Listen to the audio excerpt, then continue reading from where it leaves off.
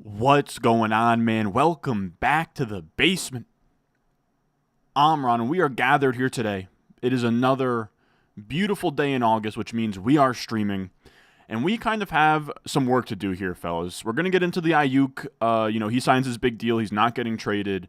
But Best Ball Mania over on Underdog Fantasy, which, of course, shout out to Underdog Fantasy. You can see right behind me. Use promo code RONDOM at your first deposit up to $1,000.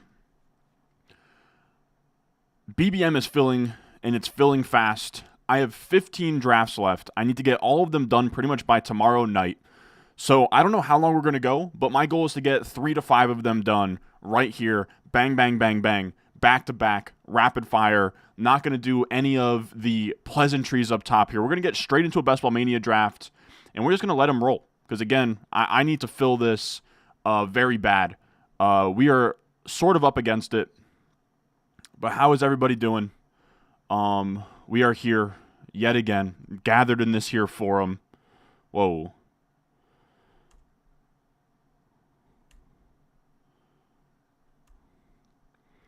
Yeah, I know I could do multiple at once, but I just think it's bad. I just think it's bad entertainment for you guys. So I'm gonna chill on multi-tabling unless if I have to, like probably tomorrow or something. I will be honest, hand up.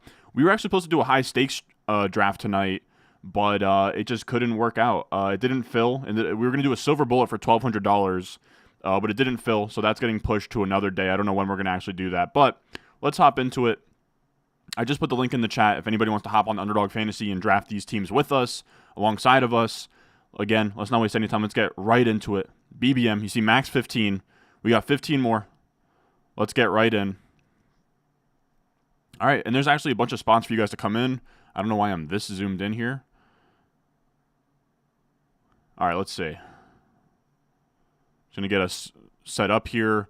Of course, we have the Aiyuk news, which honestly, the reason why I bumped this is because I was updating the rankings over on Patreon to, wow, and we get the 101. Hell yeah.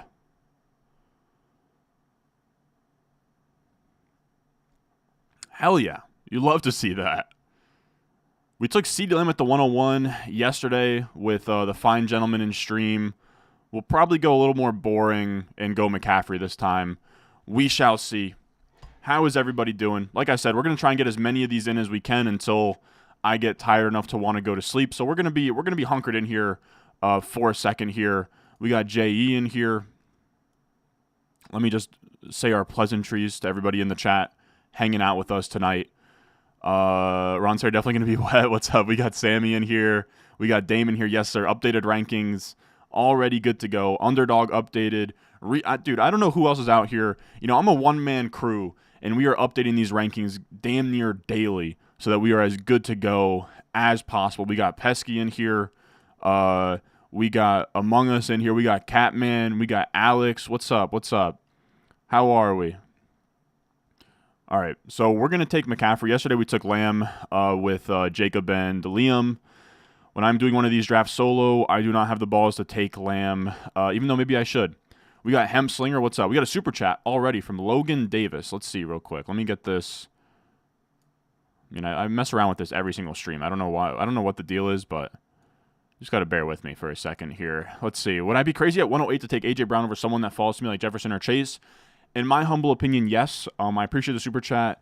I wouldn't be able to pass on Chase or Jefferson for A.J. Brown. To me, there's just too big of a tier break there, but I don't know. I always say this. It's your draft. I mean, you know, last year, Jefferson and Chase were pretty brutal picks, but I think when we kind of zoom out and we just look at their projections for this year, I'm a big fan of both, but you can certainly take A.J. Brown. I just have a tough time with it.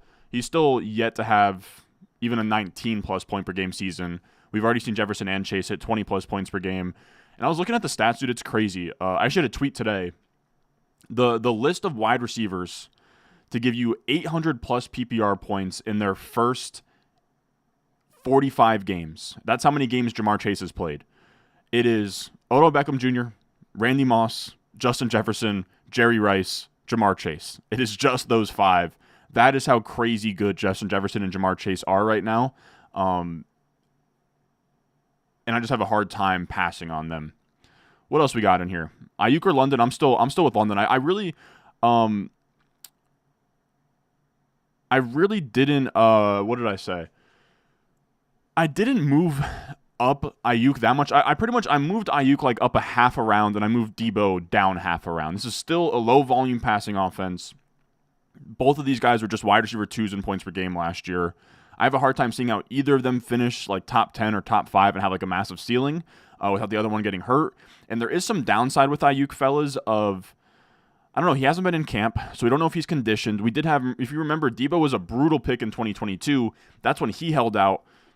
He came back to camp out of shape and not in rhythm with the offense. That's very much a possibility with Aiyuk. So I'm not getting too over my skis. I have both of them as like early third-round picks right now. We got Jordan Bartholomew in here. Don't know whether to watch this or the new receiver rankings. What's up, Tom? We got Kyle Nielsen in here. Who else we got in here? How far you moved Aiyuk in the wide receiver ranking up now that he got his contract? Yeah, exactly. I moved him up, a decent little bit. Like probably where we put him in. I think that pretty much if you look at today's video in the wide receiver rankings, I moved him ahead of DJ Moore, DK Metcalf, and Devontae Smith. So I moved him up like 3 wide receiver spots. I moved Debo like 2 or 3 receiver spots down.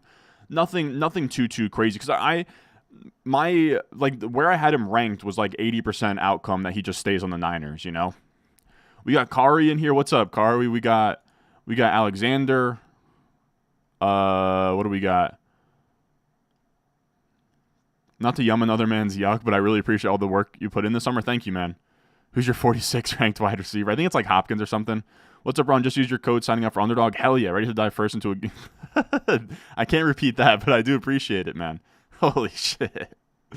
109, AJ Brown or Wilson. I'm personally team AJ Brown, but you can certainly go Wilson if you'd like to. And my mom's watching the Colorado game upstairs. She watches like... She watches damn near more college football than I do. It's crazy. She loves it. She goes crazy for like the band and the players, and she has literally her own, like I got it for her. I don't know if it was like Mother's Day or what, but she like her favorite thing, like Bo Nix was her guy. It's funny. She's not like scouting players the same way we are for fantasy, but just guys that she enjoys watching play and then wants to see in the NFL. So like Bo Nix was her guy last year. And I got a notebook so that when she's watching these games, she can write down the players that she likes. Like she watched the Georgia Tech Florida State game last week, and she wrote down Eric Singleton in her notebook. Which, if you guys like know college football, Eric Singleton is actually the fact that she spotted Eric Singleton is actually pretty funny. He's like a sophomore and like one of the few sophomores even on NFL radars. All right, let's see. So we have Aiyuk here if we want him. Let's do it. We're gonna probably just go with Devontae Adams, Aiyuk back to back here. Right, we might as well. He's on the thumbnail. We get Aiyuk, and it's like, yes, we have McCaffrey, but in best ball, I really don't care, and it's a good offense anyways. I don't really think that it's an issue. What else we got in here? Rice or Diggs? For me, I'm on Diggs, but I know that that's pretty close for some people.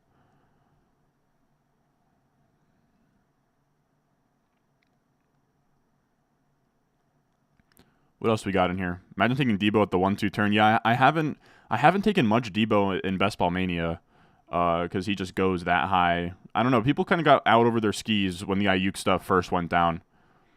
Can you sell me on London since I already picked him? I mean, he's just a good wide receiver with a huge upgrade in terms of quarterback and play caller.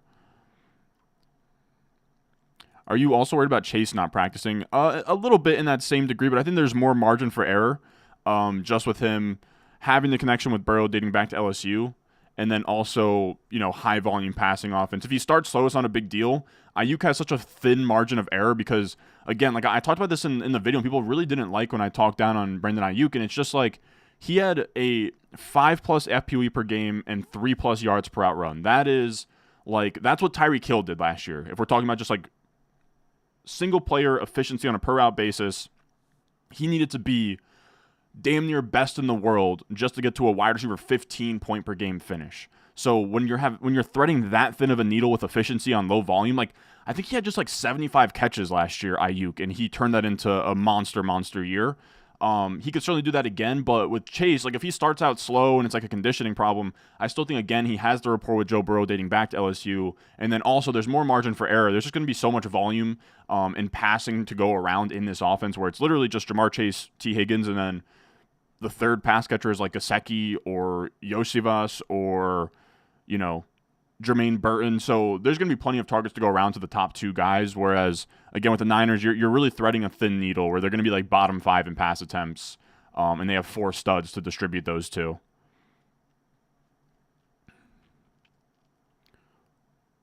What else we got? Looking like you smell good today, Ron. I appreciate that, man. You live in Colorado, the CU hype is out of control and they're trash. My wife and kids have left me. My mom is waiting for you to come pick her up. I'll be right over.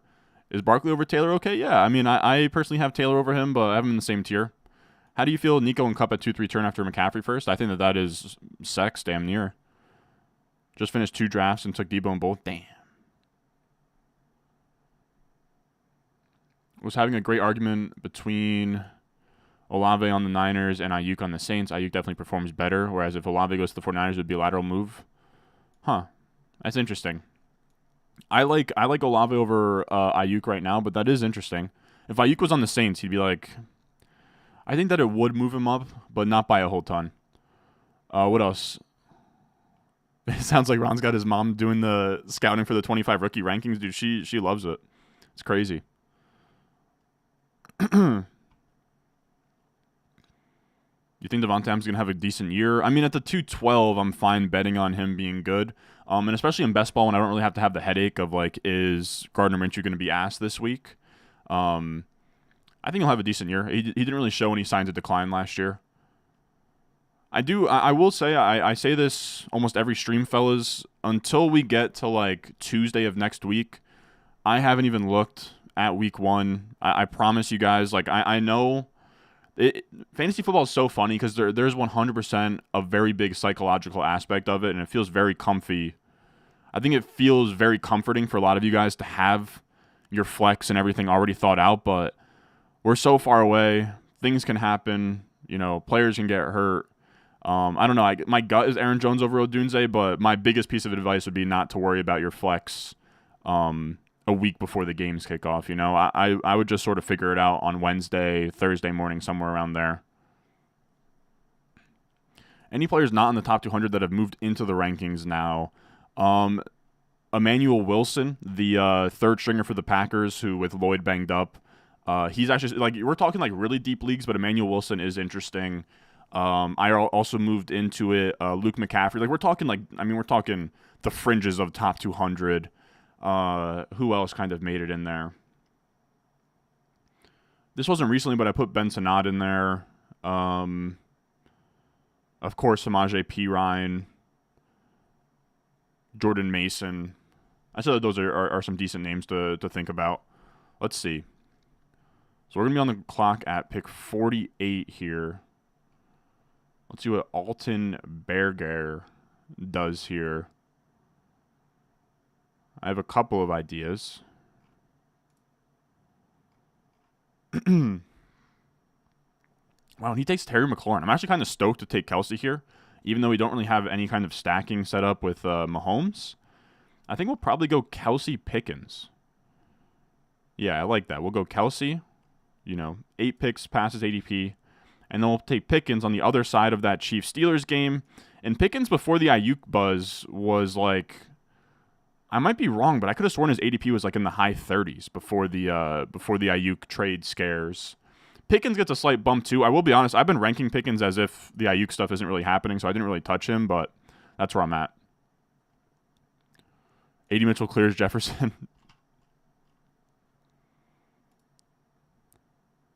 We got a super chat here. Is going for Brees at the 102 in a 12-team happy PR 2 wide receiver 2 flex that crazy? The RBs at the 2-3 turn. I don't think it's that crazy.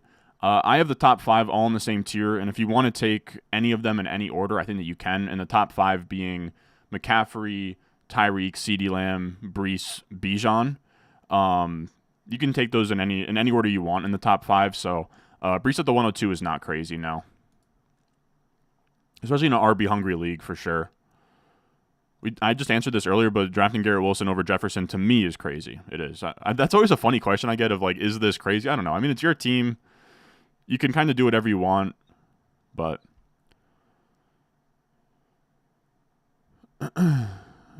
HN at 205 in non-best ball PPR? No, I'm taking him there all day. What are the go-to bars in Jersey? What an interesting question. I don't know. I'm not that hip to it. I like some places in Hoboken, Morristown. Like I can tell you the towns to go to or the cities. But I would say, yeah, Hoboken, Morristown are probably the two that I like the most. Would you take Nico or Cup in the second round? I'm Team Nico. What do you think would be your time on the Yak Gauntlet? I think it'd be pretty damn good, man. I'm a little bit of an athlete myself. Would I give up CeeDee Lamb for Cup and Olave? No. I would hold on to that. I will say, too, I definitely get some trade questions here. And this is kind of a boomer answer from me. But in terms of trades, unless if you're getting like a very clear, like you're winning this trade, like unless if you're absolutely fleecing somebody, I don't love trading like any of my top 6 round picks. You drafted them, you kind of already made your bed. Unless if you drafted a guy that you like don't like and it was just like, you know, he's here, he fell too far, I don't want this guy on my team, then sure, you can shop him around or whatever, but I don't know. I think making big time trades before even like week 1 is like minus EV. And I made this comparison the other day of like, remember Silent Library where like everyone had their cars face down and you're just like swapping them around to try and, you know, not get the skull and crossbones or whatever. You know, if you trade like your 3rd round pick for another guy's 3rd round pick or your 2nd and 3rd for another guy's 1st round pick, that's essentially what you're doing before week 1. We have no information. You're simply just like trading nonsense. But again, if you're clearly winning, then sure, you might as well take on that value game. But if it's like a toss-up, I just don't really see the value in it. You like Diggs in round 4? I don't mind him. Is Marvin Harrison Jr. good D? I'd say so. If you don't have your lineup set in July, you're so behind your competition. With Noah Brown signing in Washington, does that bump Luke McCaffrey down? No. I think they play different positions. I think, if anything, that's more of a concern for Diami Brown, but we're getting very, we're getting very, like, nasty there. Pickens is hit or miss, but it is best ball, so I don't really care. Why Pickens over Cooper? I just like the year 3 breakout upside there, and then also, we're playing best ball here, right? This is underdog best ball mania, where I'm trying to win $1 million, and if I get to the finals, Kelsey will be playing against George Pickens. It'll be Steelers versus Chiefs, and I'm hoping for a shootout. I know people hate when I draft for correlation, but that's where I'm at.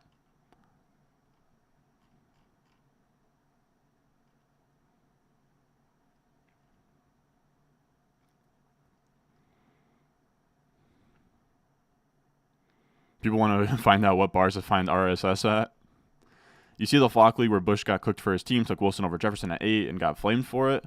I didn't see him get flamed. I definitely saw the draft board. I wouldn't go Garrett Wilson over Jefferson, but I know some people are very squeamish about the idea of Sam Darnold. I can't get there. When you go into Morristown, once football kicks off and I can finally leave the basement, man. How tall are you? I'm a tall boy, man. I'm like I'm a big guy. I mean, I hate to flex, but I'm like 6'3". If I win my league, I'm donating my winnings to you. No, don't donate your winnings to me. Just win and bask in the glory, man. Do I pass on Puka for Gibbs, Harrison? I personally have Puka over both of those guys.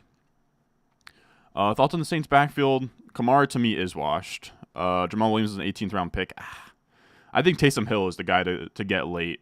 But if you're talking like best ball, then I guess Jamal Williams isn't like a terrible pick. He'll be on the team, on the roster. I regret ever so slightly taking who did we take? Kelsey. I mean, Kelsey at pick 48 when his ADP is 40. It's tough to regret. So we're going to take JSN. I just only slightly regret it because Kittle here is really tough to pass on. And then we need a receiver. We're going to go Ladd McConkey. I've been taking a lot of Ladd McConkey. I really do think, like, I probably rant about Justin Herbert on every single one of these streams that he's one of the, 5 to 10 best quarterbacks in the NFL, and you can draft him pretty much for free in fantasy football because people think you can build an NFL offense out of Gus Edwards and J.K. Dobbins. So I'm buying all of it. I like the rookie upside with McConkey. He can be right away the number one, have the most targets. He has one of these games as well that might just translate really well to the NFL. And, if you wanted to make the case for this year's Puka, of course, not somebody drafted in like round 5 and comes out of nowhere, but somebody that his college profile wasn't great, but his yards per run was amazing, it would be Ladd McConkey. So this is kind of a boomer take, then proceeds to use minus EV in his reasoning. What did I say? Kyron at 29, is that too low or too high, man?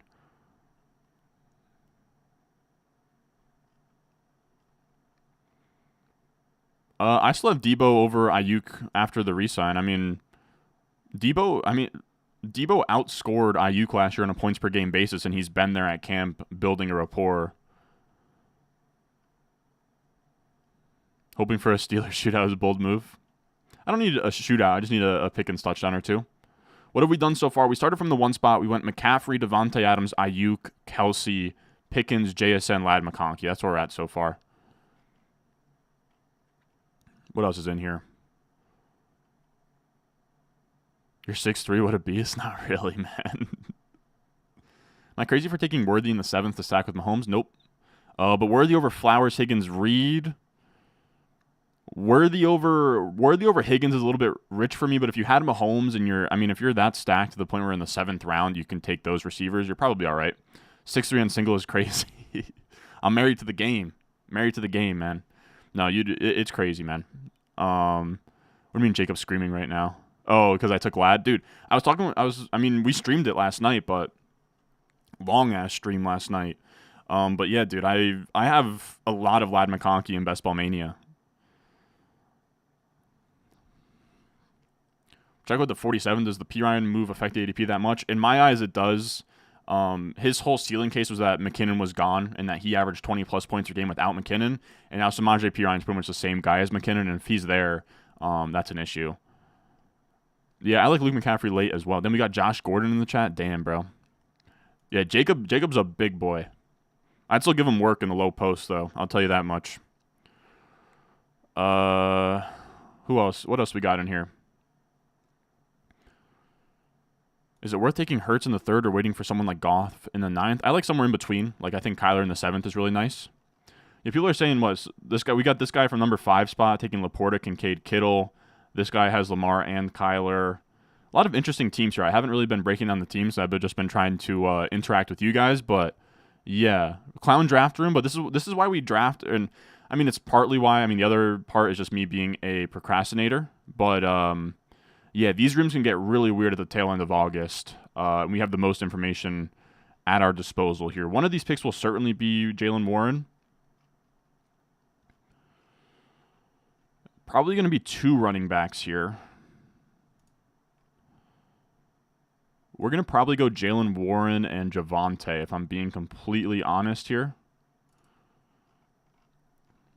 Just looking at my rankings. I don't know. Like, Zamir White's a higher ADP pick, but I just don't want Zamir White. Yeah, let's just pack our Javonte bags, man. I don't see why not.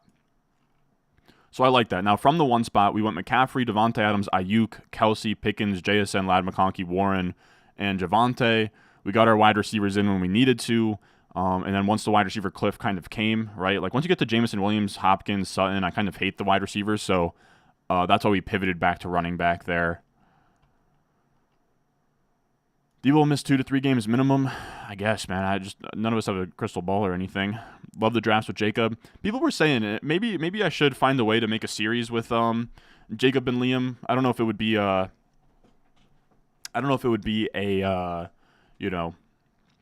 situation where we like do a weekly stream or a weekly show, but that could be something cool in the near future. What else we got in here? We got a super chat. Don't have CMC. Is Mason worth picking up? Oh, 100%. That's something else I'll say, fellas. Like, I know, I don't even have ESPN pulled up, but I am certain that he'd be under 50% owned in ESPN leagues.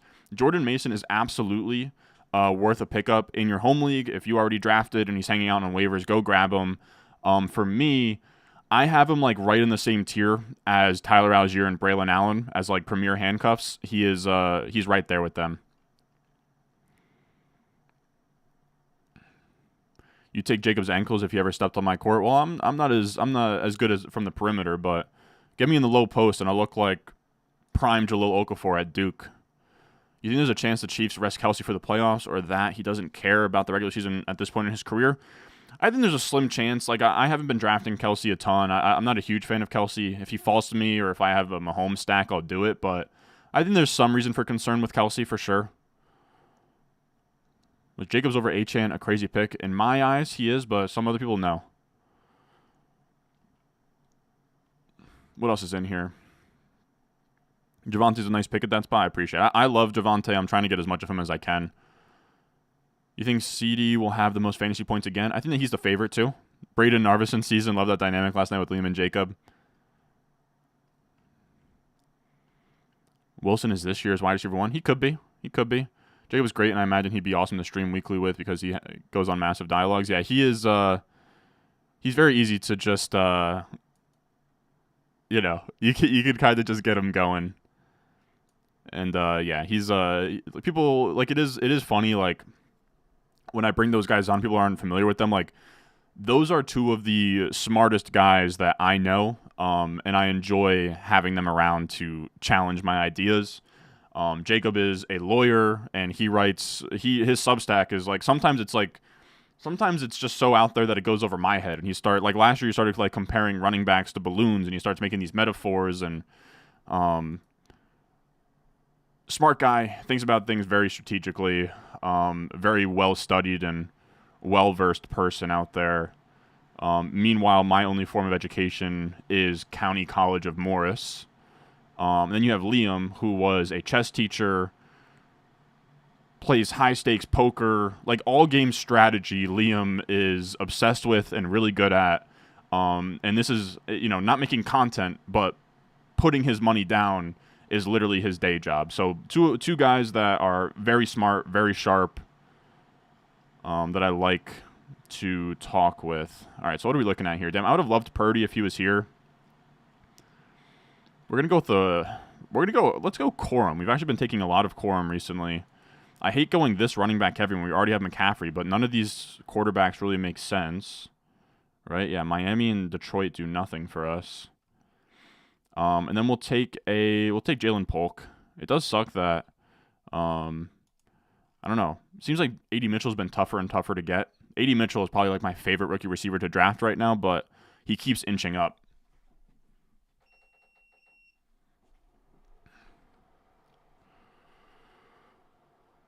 I would do legal things for Ron Jacob weekly stream, even a couple videos. Yeah, we'll figure something out. I always like I bring him on when I can. Is the Google Doc still solid for the draft? Yes, sir. I updated before I went live here. What else we got? You like Ferguson this year? I'm not a huge fan of Ferguson. I think he's fine. What else is in here? Should I pick up Bucky or Mason? I think I'm probably Jordan Mason there, but it's very close. Yeah, Jacob Substack is amazing. Did you down your places? Yeah, but you gotta. I appreciate it, Nez and Pesky. You gotta under promise and over deliver. But I think I don't know. I try to stay humble, have an open mindset, have humility, remain stoic. But you guys get it.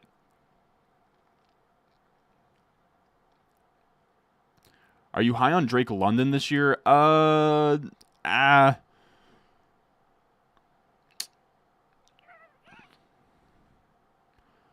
guess. I'm higher than the people in my comments that are like, Drake London in the second round is crazy, but I'm yet to draft him in a managed league team, if that tells you where we're at. Rex Burkhead or Ken Stabler. You got a pair character doing a Shaka sign with his hand saying cool. What the hell is that? Oh, probably, what the hell is this? I assume that's an emoji for you guys. Happy BR Titan Premium 3 Flex. And to get QB or tight end, what the hell does that mean? Half PPR tight end premium, 3 flex, and to get QB or tight end. I'm going to assume that means like what round to get quarterback or tight end. It's hard to really map out a draft. I always have a hard time. Like I've never really mapped out a draft, but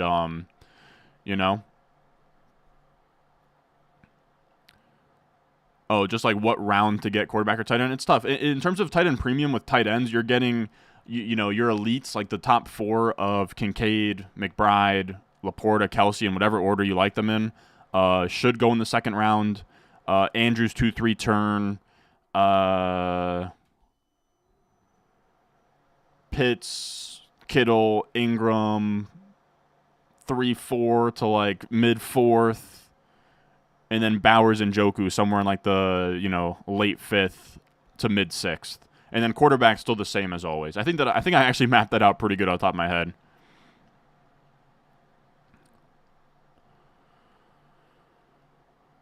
Am I excited about May this year? I'm very excited. I think that he is, I had him as QB2 in this class, and I think the minute that he starts for the Patriots, people will see what they're dealing with there. Yeah, I agree. I'm never really in a spot to draft Drake London because he goes in the second round in the leagues I play in, and in the second round, we're almost always drafting Achane ahead of him. We're almost always drafting Jonathan Taylor-Gibbs, and then if we're not drafting running back, a lot of times we're drafting Marvin Harrison Jr. and Nico Collins over him. So I haven't been able to get him yet. You played County College of Morris in baseball last year, went 4-6 on the day, but y'all hit 2 walk-off home runs. I've heard that their baseball team is actually really good. I can't say that I ever went to a game. Sadly, I only had one semester. I had like one semester in like a few weeks until COVID shut down my freshman year at County College. But yeah, I did hear that like the baseball team was pretty cracked. You still draft Trace at the 106 even though he hasn't started practicing yet? I personally would. I get people are a bit squeamish about it, so you can certainly, like, if you want to pivot to Amon-Ra St. Brown or Jefferson, you absolutely can. Yeah, FFPC, if you want to, like, it's not pricey, the Fantasy Mojo subscription. I can't remember how much it is off the top of my head. But yeah, looking at their ADP for tight end premium is a really good way to do it. I even sometimes look off of their ADP from redraft for Dynasty to get like a good, because like every Dynasty league I'm in is tight end premium pretty much. Can I open the rankings in Excel? You should be able to. Like you can download it as a CSV and then upload it to Excel. Let's see. So we're coming back around here. I have a couple of things I'm looking at. There goes Zeke.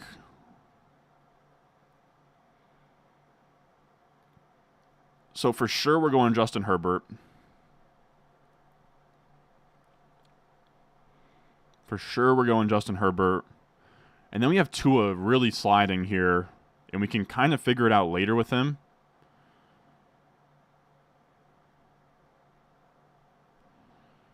Man.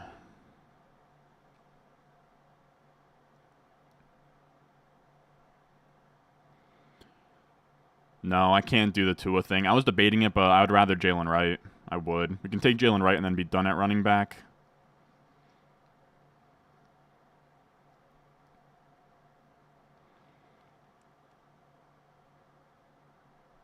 Yeah, I don't think 20 picks past ADP Tua is enough to make me need to take him. I don't know if you guys are going to like that, but that's where I'm at.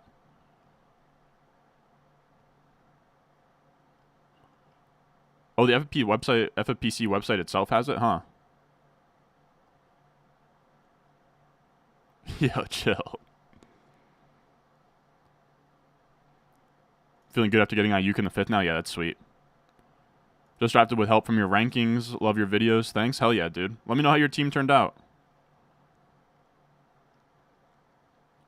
I had a question here that I wanted to get to. Oh, yeah, this is it from Burrs. You said... non-tight end premium, you asked us on the Patreon, premium 10 team, 2 wide receiver, 1 flex. Would you trade Rice, Ingram for McBride and Brian Thomas? In a 2 wide receiver, 1 flex, I would. Because I'm just going to assume that, like, Rashee Rice might not even be in your flex. Like, actually, Burrs, I'm going to say that I probably would.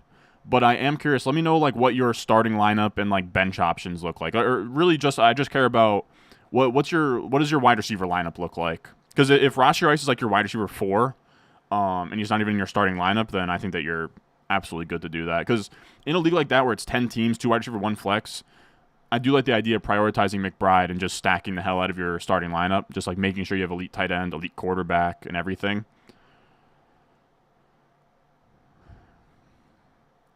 You said Austin Eckler going at 130 looks so weird.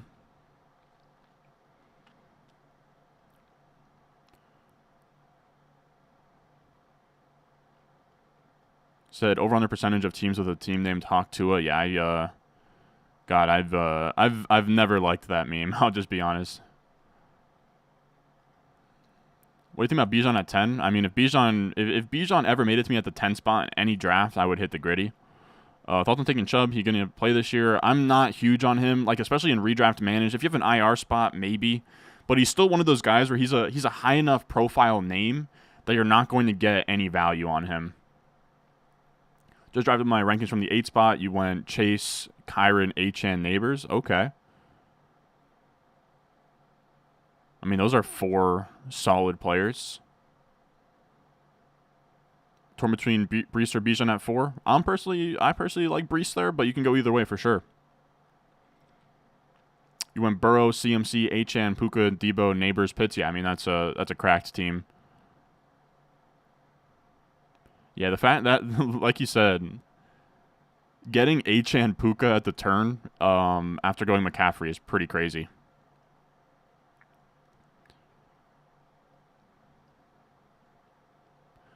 Is Ingram the only tight end outside the top guys you'd be fine taking past the 5th round? I'm not crazy on Evan Ingram. I would rather like Njoku, Bowers late.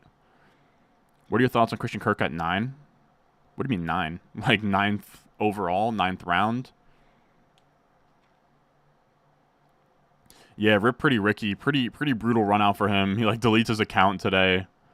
Saw you the other day at the bars with the Hawk Tua shirt on. Nah.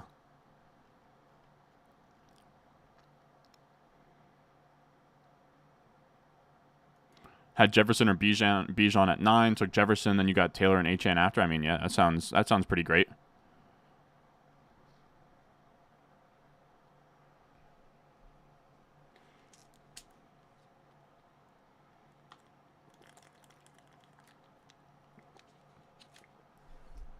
All right, so with this team, geez, dude, quarterback is flying off the board. We're kind of getting screwed there.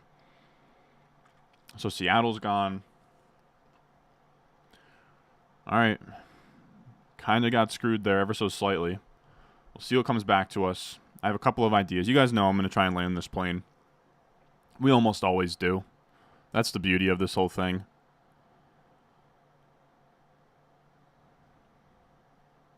Something an LBI and a banana hammock. All right, let's see what we can do here. Oh, McMillan goes and Baker goes. I was going to try and get cute with a Baker McMillan turn. All right, that was a pretty brutal run out for us. I'll just be honest, everybody.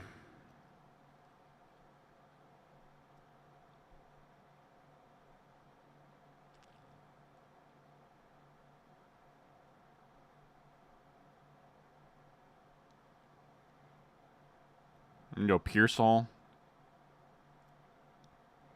So this is a 3 quarterback team. Our next pick is pick 192.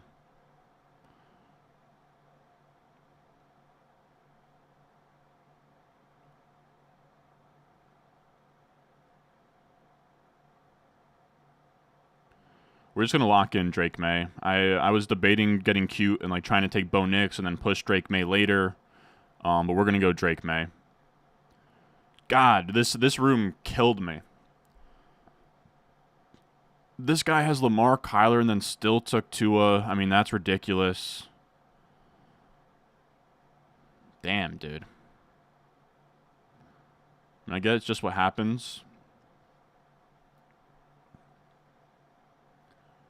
I don't know. Just I was hoping for Geno to come back. Like Geno at 168 would have been nice for us. Man. All right. So we get squeezed out of quarterback a little bit there, but I think we'll be all right. We'll have a guy in the 16th that we'll be fine with. Just not what I would have liked. I wanted it to be Drake May and Geno at that turn. We get sniped, and then if Geno wasn't there, I wanted to do the McMillan Baker. We'll see what we can do.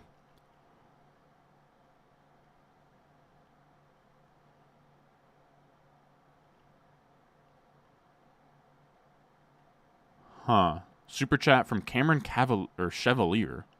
Drafting in 20 minutes. Give me the strap for the 111. Man.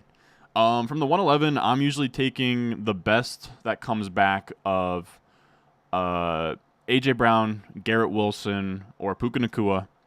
Then if any of them are left over, I'm taking them in the second round. But if not, then I'm taking one of Taylor, Gibbs, Achane. And then from there, you can kind of just mold your team based on what you did in the first few rounds. I think that's a decent strategy. I would say if it's a 2 wide receiver, 1 flex league, then definitely prioritize running back with one of your first 2 picks. But you should be good to go. Ron ever so slightly Stewart. Are you gonna do tight end and QB tier list like you've done for running back and wide receiver? Would be more dope content for videos ranking defenses too. Probably not. Probably not. People just don't care about the quarterback and tight end rankings videos. I hate to say it, they just don't. Unless if you're like, I don't know, you got to be. Unless if you're Underdog Fantasy or Mason, nobody's really clicking on quarterback or tight end videos. So probably not. And then ranking defenses, hell no. Hell no.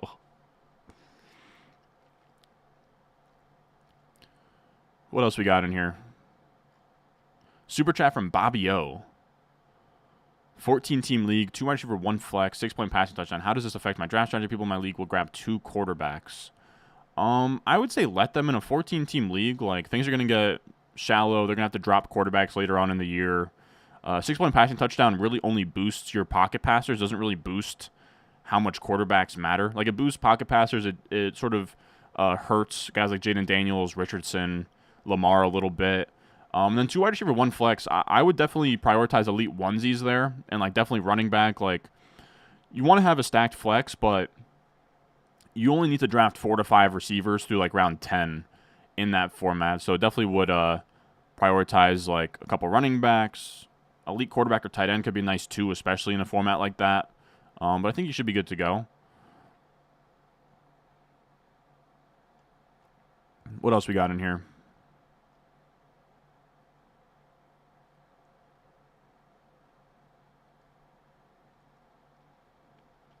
Started using Subverter down last year because of your recommendation. Yeah, and they are. I think they're pretty solid. Kicker rankings, hell no. Hurts in round 3 is not a reach. I would prefer like the 3-4 turn, but he's probably fine there. Why is Richardson getting bad press recently? I don't know. There's been this agenda since he was in college at Florida that he's just a bad quarterback. People can't really understand the idea of like projecting upside at quarterback. They'd rather have him have, video game passing numbers like I don't know. I'm trying to think of, like, there's been guys in college that put up video game pass numbers like Zach Wilson, and then they suck. So I don't know. It's just the way social media is with some of these guys. They just lock in.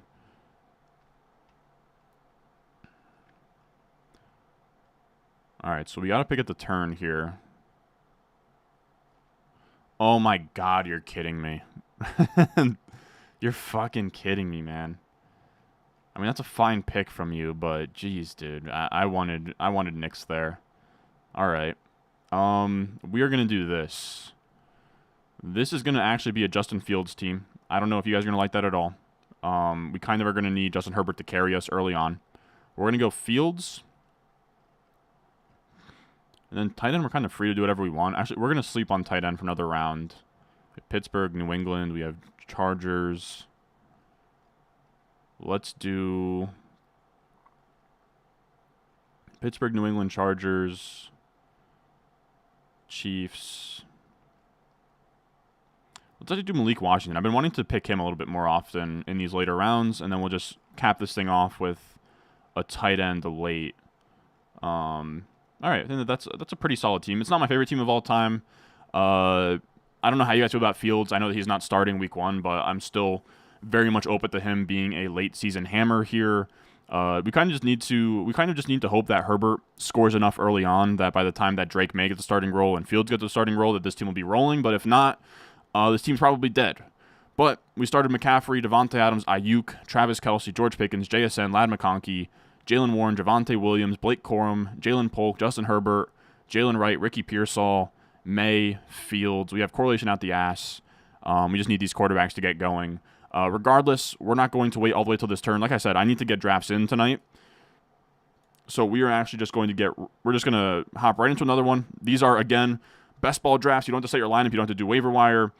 We're doing Best Ball Mania drafts over on Underdog Fantasy. If you are new to Underdog Fantasy, make sure you check them out. Promo code RON, get you a deposit match up to $1,000. There is a link to hop in here on the live chat, the description, the comment section down below, all of that good stuff. And by the time that this thing gets going, we got another good spot from the 5. All right, that's fun as well. All right, so what needs to happen here is... Oh, yeah, I wanted to put this up as well. Let's get that across the bottom of the screen. Just remember to check out Underdog Fantasy, use promo code RON, all of that good stuff. And then we'll put our head up here. All right. My bad, fellas. Way behind on all the chats right now. He said half PPR in a 14-team sleeper league with 1 keeper, 2 wide receivers, 1 flex. If number 1 takes CMC or doesn't, what do I do? I've never taken a wide receiver in the first 2 rounds. I've gone top 3 last 5 years. That's interesting. A 2 wide receiver, 1 flex. I will be honest, man. In a 14-teamer, 2 wide receiver, 1 flex, give me a running back in round 1. Like you said, you're picking from the 2 spot. Yeah, so give me, because you're not going to get a running back that you like, so give me, McCaffrey, Brees, Bijan in that order, and then come back around. You can start worrying about receiver and the rest of your lineup.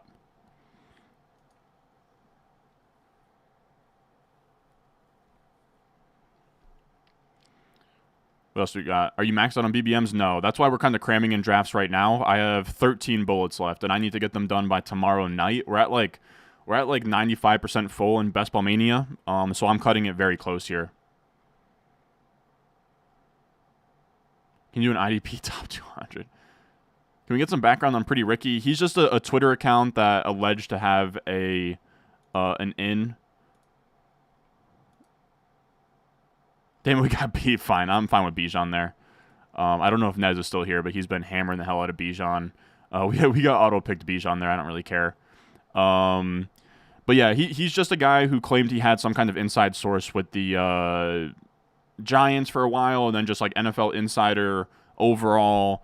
He made a huge claim that Aiyuk was going to get traded, and then he like kind of went on a Twitter rampage, and then he deleted his account today after it was proven that he was wrong about the Steelers trade.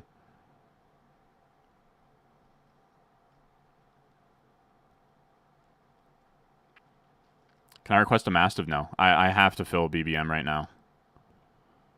What do you think of HN at 31? I love him. I would take him as high as, like, the 204.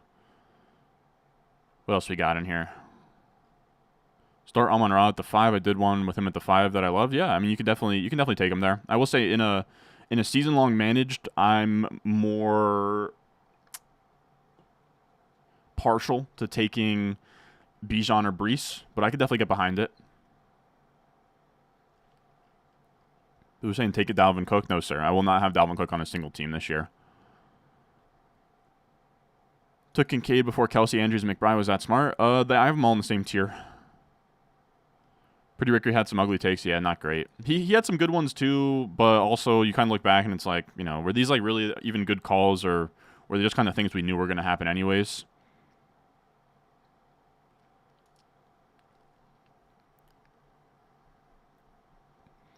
All right, we need to just take a tight end here. We have... All right, we're going to take... what's his name? We're going to take Hayden Hurst just to get one more stack to Justin Herbert, and that's the final team. Boom. Lock it in. We're 4 picks away. We're not multi-tabling, but we're just getting going, wheeling and dealing. Slicing it. Wow, Cooper Kupp at the 15. Anything weird happened in this draft so far? So we just got in here.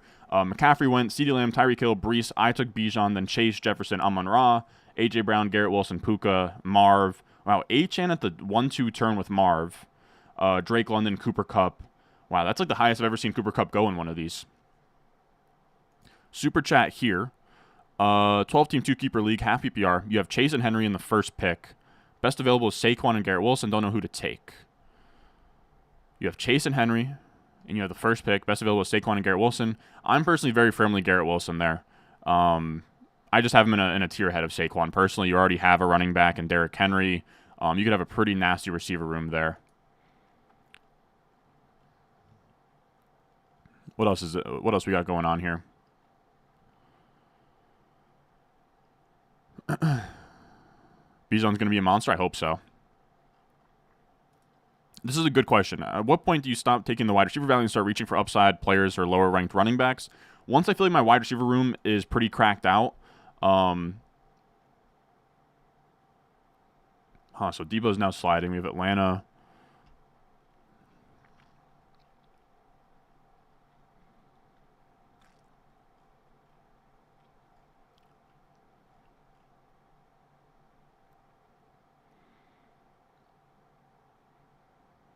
You know what? I'm gonna take Debo as he slides. I'm still absolutely fine with Debo there. You know, pick 20, probably fine. I do think that he gets a bump in half PPR best ball where his single week upside is still insane. So yeah, I'm gonna take him there. I don't have a lot of them as well. If I was to show you my exposures, late second round I kind of hate anyways. Let's see. All right, so we got a super chat I wanted to get to. People wanted Saquon there. I don't want to start 2 running backs in this format. Yahoo 10 team, half PPR, 2 wide receiver, 1 flex. You went Kyler, Bijan, James Cook, Harrison, Olave, Pitts, Devontae Smith, bench, Jaden Daniels. I wouldn't take backup Jaden Daniels if my quarterback was Kyler. That's my only nitpick on this team, but the rest looks pretty damn solid. McLaurin off the bench and a 2 wide receiver, 1 flex. That'll play for sure. What was I about to say? Oh yeah, that was a good question that guy asked. That I wanted to say that one more time. So at what point do you stop taking the wide receiver value and you start reaching for upside players? Pretty much like I mentioned this in all my strategy videos, but I want wide receivers through the flex plus 1 or 2, and then like once I get wide receivers through the flex plus 2, at that point I am fine never taking a wide receiver again, and it just becomes like that's my biggest fear with my ranking sometimes. And I try to I put the later round running backs as high up as I possibly can. You just kind of have to have some common sense within the tiers of like, if you already have 2 stud receivers on your bench and your running back is weak, don't just take the highest ranked player if he's a wide receiver. That's when you start to take the running backs. Like once it's like, man, this guy's not even going to crack my lineup at wide receiver, then start hammering your running backs, just, you know, going all out on handcuffs and all of that.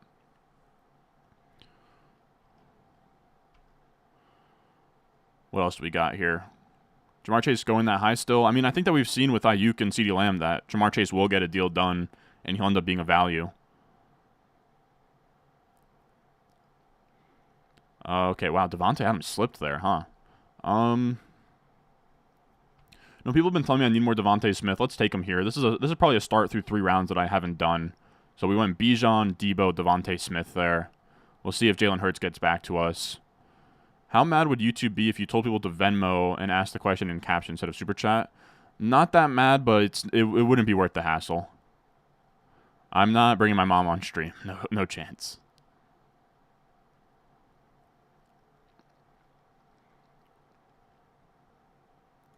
Winnie update. Winnie's doing good. She's a little bit upset with how busy I've been this month, but she'll be all right.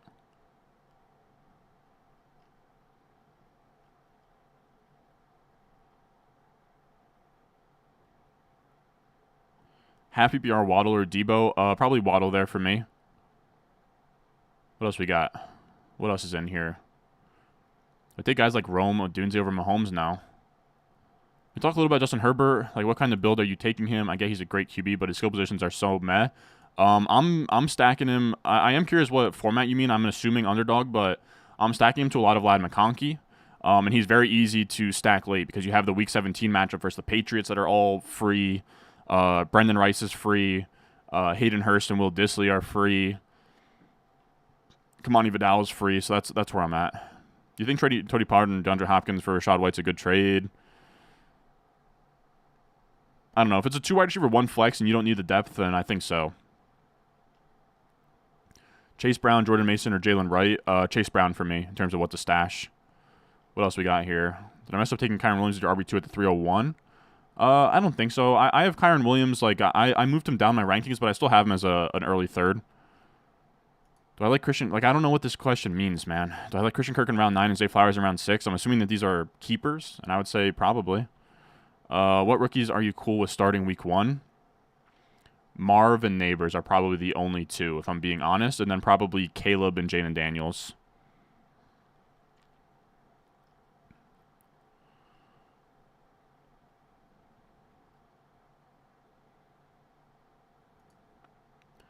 Appreciate the super chat, Sal. 12-man PPR tight end plus 3 flexes. You got Stroud. 3 flexes, huh? You got Stroud, Nico, Puka, Metcalf, Worthy, Ladd, Bijan, Chase Brown, and Ingram. No, I mean, that's... So in a 3... I'm assuming that's 2 wide receivers, 3 flex. 12, man? Nico, Puka, DK, Worthy, Ladd. Yeah, I mean, that sounds good to me. That's a pretty brutal format. Not brutal in that it's bad, but I mean, like, no one's going to have a good team if it's 3 wide receiver, or no, if it's 2 wide receiver, 3 flex, 12 people. But that's a fun challenge. Damn, so Jalen Hurts does not make it back to us. Hate everything that's on the board right here. Probably will take a tight end.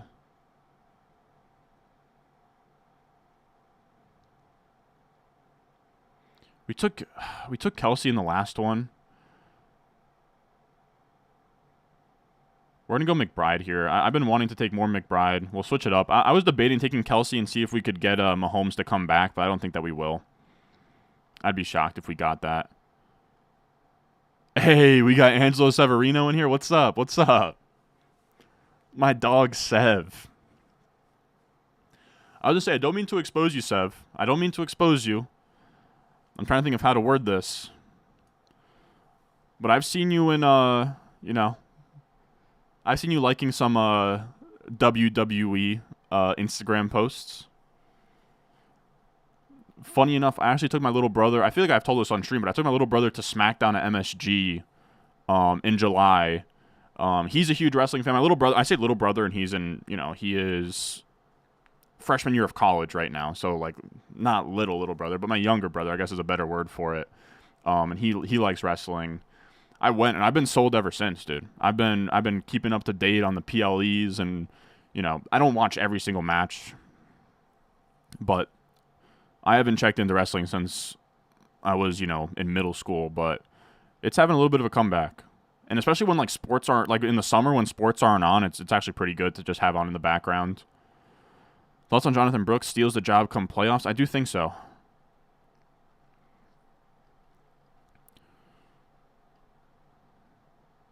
Yeah, Richard, I already answered you, man. This is, I hate to get annoyed. I hate to get annoyed. Like, this is what annoys me. Like, you're all caps. You're begging for me to answer this question, and I already did. I did, man. I said if it was 2 wide receiver, 1 flex, I would, and you don't need the depth. It's all good, though, man. It's all good. That's like what probably annoys me the most about the guys that spam the same question is that, like, I answer it and then they still spam it because they're just, like, not listening. I don't know. Whatever. Man, I don't really want a running back here. Don't love any of the receivers available.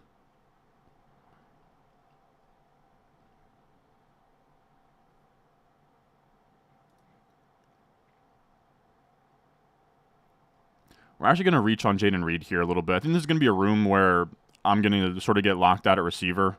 Right, we got R7 here taking 4 straight receivers. These teams taking 4 straight receivers. Kind of just have to know your room. I was debating going James Cook. I had James Cook as my best ranked player there.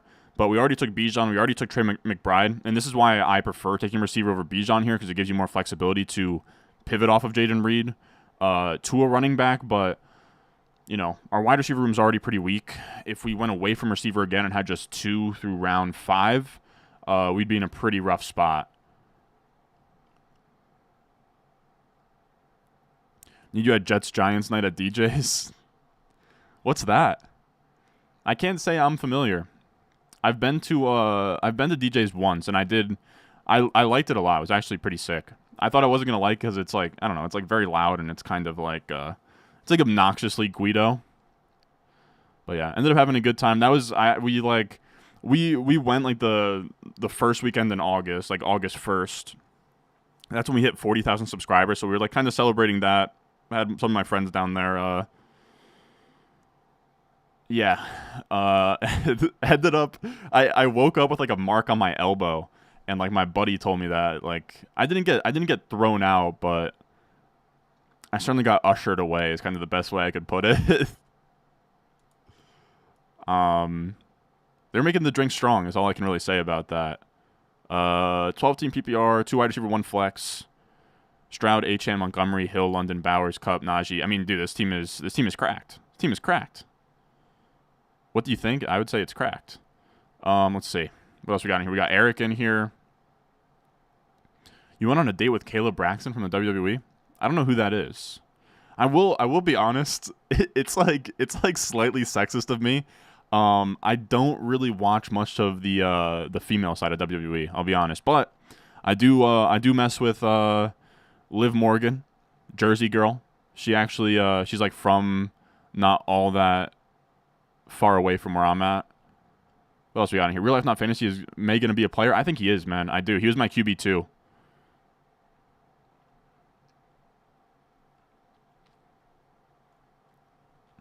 What else we got in here?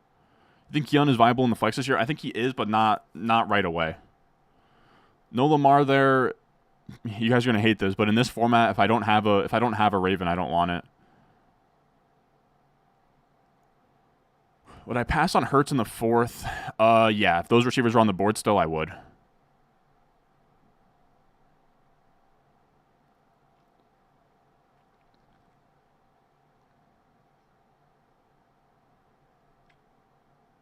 Why do wide receivers fly off the board? 3 wide receiver, 1 flex, best ball. It's just kind of how these rooms have been. You can certainly question if it's an efficient way that the market's sort of acting here. I'm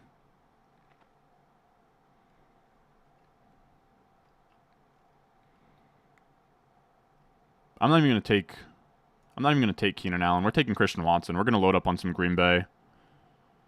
I don't know. I talked about him today. I'm just not all that interested in Keenan Allen this year. Maybe he hurts me. Maybe he's still pretty damn good, but I just can't get there. How early is too early for Brian Thomas Jr. in home leagues? I would try and get him at the 6-7 turn at the earliest. Like, comfortable starting Brian Thomas in week 1, though. All these rookie receivers outside of, like, Neighbors and Marv, I would prefer not starting them. You're amazing, bro. Thank you. I appreciate that super chat, man. That's very nice. What are your thoughts on Gardner Minshew, who's able to get Michael Pittman to 1,100 yards and now has Adams and Mayer? I really think that Shane Steichen did a lot of the heavy lifting in that offense. I just don't think Minshew's very good. I mean, I'll take Devontae Adams at the 2-3 turn, but I'm not very crazy about anybody else. I guess Bowers, he's just fun, but that's where I'm at.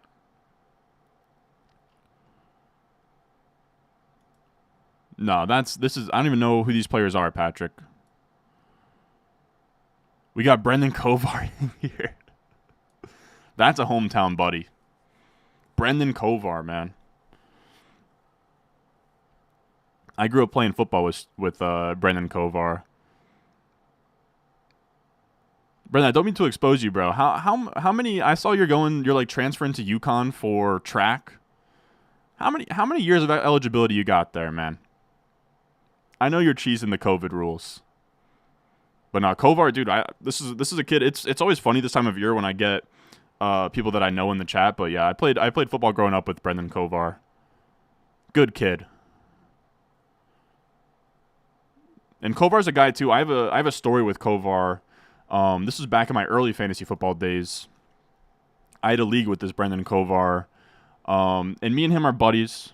Kovar will give you shit from time to time, and I still remember it. We're gonna go Kyler here, I think, but he had Todd Gurley in like 2018, 2017 when he had a crazy good year.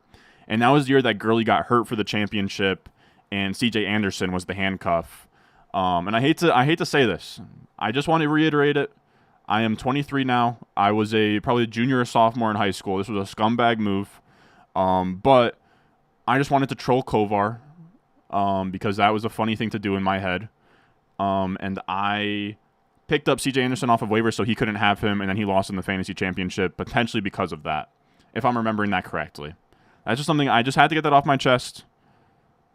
Present day me does feel bad about it, but at the time it was fucking hilarious. So I'm sorry. And I'll give a shout out to Kovar as well. in terms of like buddies I used to play with back home, we used to have a home league, but it folded once I started doing this. One of the better players, just in terms of just like high school, locker room bros. What else we got? Oh yeah, Barre is amazing. Last year of eligibility, hell yeah, dude. Dude, Kovar's legit, man. Kovar, I don't know if he's breaking records. I see him post on Instagram all the time. Cheeser. Game is game, man. Game is game. I don't know what distance Kovar runs, but I know he was running for Coastal Carolina for a little bit there. What else? Yeah, that was the reports on Keenan Allen. I don't know that I buy them that much, but people are saying wait for Love. Yeah, I think that this might be a Kyler and Jordan Love team, to be honest. I don't know. I was looking at like what we had there. Damn, I do think I was kind of slightly distracted there. I do wish we went wide receiver instead of Kyler. I'll just be straight up. Because now receiver dried up and we only have 4. Like, that should have been Ladd McConkey, I think. And then we push Kyler and Jordan Love. Whatever. It's fine. Did I miss a super chat? No, I didn't. All right, perfect. What got you into making YouTube videos? It's funny, dude. I've honestly, damn, so now we're in a weird spot.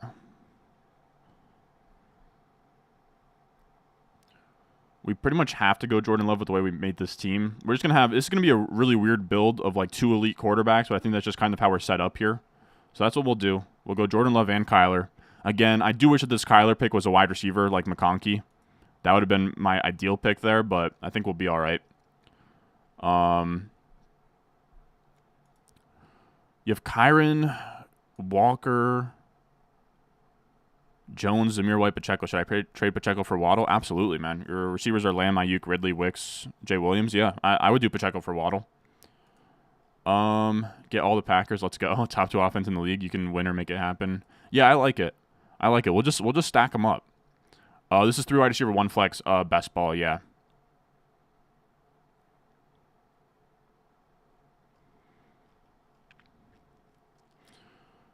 I will say, you said you ran 400 in college too. Hell yeah. I gotta say, I never really did track. I never really followed track, but who was the guy? Not Lyles.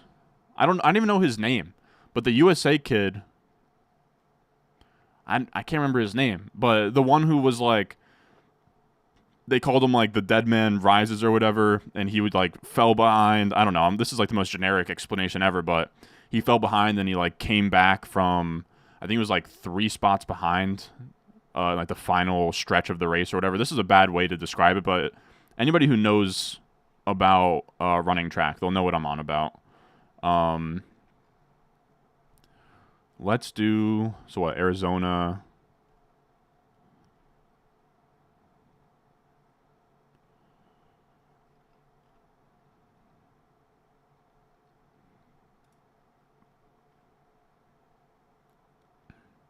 You know, we don't take a lot of Zamir White. Come on down, bud. Come on down, Zamir White. I don't take him a lot. In this build, I think he makes some sense. Round 9, highest ranked player. Why not? I was debating going Blake Corum there, but I think we'll be all right. I was also debating going like Khalil Shakir. I don't know. Sorry, Dalvin Cook or Jamal Williams in the flex. Pork roll. I personally call it Taylor Ham, but I also don't get all bent out of shape about it. That's who it was. Yeah, Quincy Hall. That was sick.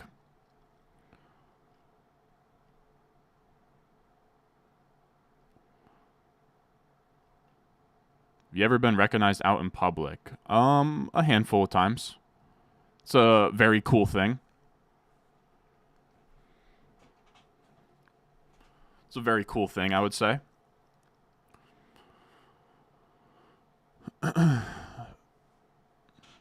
What else we got in here? Think Love will be as good as Favre and Rodgers? I mean, it seems like he's on that trajectory, man. It seems like he's right on his way, which is crazy. As a Jets fan that has never seen a guy as good as Favre, Love, or Rodgers, but I guess the way that the Packers to Jets pipeline is going, I'll have Jordan Love in MetLife by 2035, so that'll be fun. Dude, I've been getting some of those. I've been getting some of those TikToks. I mean, I imagine all of you guys get TikToks of like sports highlights, dude. But I didn't realize. I mean, like you gotta remember, I was a kid. I didn't realize, like, dude, Brett Favre was slinging it on the Vikings. Like, he was not, like, he was, of course, not his Packers self, but, dude, he was slinging it. Like, he was, his arm was still sick on the Vikings. Like, there were some of those games, he had, like, a duel versus Rodgers where he won. And, like, dude, those Vikings teams where it was, like, Favre, AP, Sidney Rice, Percy Harvin, super, super fun teams. Like Jared Allen sacked Rodgers like 6 times in that game. I don't know. Sometimes I'll just get old game highlights that come up on TikTok. But Favre was not washed on the Vikings. He was slinging it. Like his arm was live. What else is in here? Jersey, you don't say pork roll? Dude, pork roll just sounds weird. Ever heard of OddsJam? I have. They have approached me to work with them before, but I am exclusive to Underdog. They seem like a decent service and company, though. Sidney Rice was a dog, man. Dog, man. Like I said, that Vikings team, dude. AP. I mean, AP. I could cry about, man. They don't make running backs like that anymore, man. Let's see. All right, let's go Wicks. We're just going to, I mean, people might say maybe this is too many Packers receivers, but the way we've built this team, I'm fine. We're going to push it to the extreme. Where should James Cook be going in half PPR drafts with 12 men? I mean, he goes to the 2-3 turn on like ESPN and stuff. I'm not taking him until the early 4th personally, but, you know, it's tough. His best efficiency year with the Vikings? He had 1 year with the Vikings. That was sick, man. You said Elder Millennial here can confirm Brett Favre just not give a fuck about chucking it downfield. Yeah, exactly. Like, I guess in my head, just as like, you know, I was a kid when he was on the Vikings. I guess you kind of see, you know, like, this is what I'm trying to say, is that Brett Favre on the Vikings was not Shaq on the Celtics meme. Like, he was still a guy on the Vikings. They should have went to Super Bowl that year. Yeah, didn't think it was like another like New Orleans game that they got kind of like messed up with. Yeah, 2009 Vikings Favre was nasty. I have never looked at the stats from that year. I will be honest. I might have to check that out right now.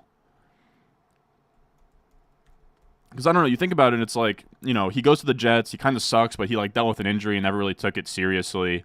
Then you think, okay, he goes to the Vikings to die, but that first year of the Vikings, 12-4, 33 touchdowns to just 7 interceptions is like, yeah, it's like damn near that was his only year. That was his only year as a starter throwing under 13 interceptions. He had a 33 to 7 interception touchdown ratio, which is very rare for him. Yeah, you guys are right. Like, it literally highest completion percentage year for him, best touchdown interception ratio, best yards per attempt, best adjusted yards per attempt. Yeah, that's crazy, dude. He was, 40 years old? I guess that's what we're hoping for Rodgers this year. As a Jets fan, that makes me smile. Can we just get that one? Can we get that one magic year for Rodgers? Can we do it, man? Can we please? That's what I think, like, genuine. Like, and I'm not even joking. I think that's what you're genuinely hoping for with Rodgers, is he gets that one, you know, age 40, like Brett Favre did. All right, we're going to take... I don't even really like Devin Singletary, but I think I have to take him here. I think I do. Why not? I mean, pick 125. His ADP is 109.9. Yeah, I mean, I'll take that all day. Let's actually... I don't usually do this star shit, but I might as well, because we're so... You know, we're very Cardinals... exposed here. Cardinals and then also Packers, Vikings are the two other ones we want to be aware of.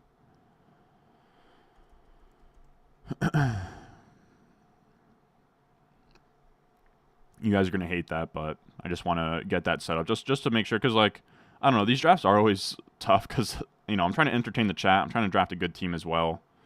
And I'm trying to think about correlation too. There's a lot going on in my head. Sorry, that makes things easier. 09 NFC Championship game, yeah.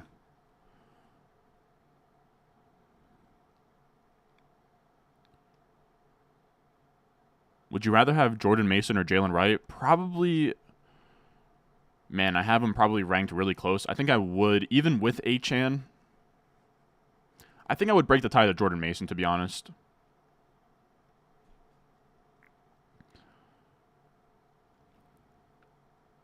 Hit any gritty tonight? No. What to do when people aren't paying league fee? Kick them out, hound them down, something like that. That's the guy that, like, I don't think Kovar's still in here, but that was my role in high school. Like, I would do a March Madness bracket every year. I would just have to hawk everybody down in the locker room before school started and say, just give me the $5, whatever this. Here's the ESPN code, whatever. And I know if you guys stick around here through spring, I always do a March Madness video. I'm the same way, but yeah, it sucks. It's like the least fun part of fantasy football, of like having to get everyone to pay their league dues, but you just got to be firm about it. Yeah, time to knock on some doors and paint some houses, pretty much. Went AJ Brown at 109, 8 running backs went off the board. Did not go Jacobs in the second. Damn, 8 running backs went between you and the next pick. Yeah, see, Kovar can confirm. I've been doing this. What do you think the percentage is that JK will be a league winner? Dude, off an Achilles tear, man. Like, maybe he'll have a stretch of games. Maybe, where he's like decent and he's startable. But like league winner, I have such a hard time believing it, man. Dude, like Achilles, my mom had Achilles surgery when I was a kid, dude, and it was like she actually told me straight up, and this scares the shit out of me as like somebody who's getting older, and like I don't know, there's certainly a reality where any time you step on the pickup basketball court that you can just tear an Achilles as like an older. I'm not saying I'm going to. I'm just saying, as you get, and like I'm not in gym class every day running around or warming up properly before every time I play any kind of sport.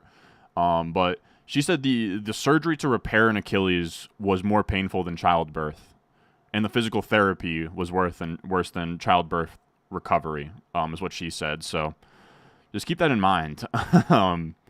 We're going to go we'll go Ty Chandler here. And then we need wide receiver help, but I do not like any of the ones that are available to me. So this is where we're at. I know, I wanted Michael Wilson bad there. We got screwed. We got screwed bad. Have you done a 14-team league before? I have not. Did you see where Bindles asked if you were going to add auto sub in Basement Return of the King? I did. It's just been really tough to... I don't know. Like, every Dynasty League is having a conversation about it. I just don't... I don't know. I don't care enough. If people want to add it, I'll get it. I'll figure out a way to, I'll figure out a way to get it set up. I just don't have the bandwidth or the time right now to have like any kind of like real debates about the setting and what we should do or whatever. I'm just very one-track minded on getting, like, I literally was working up until I hit live on this stream. Like you guys saw, I pushed out a rankings update before here. So I don't know. I should probably say something. I've just been very busy.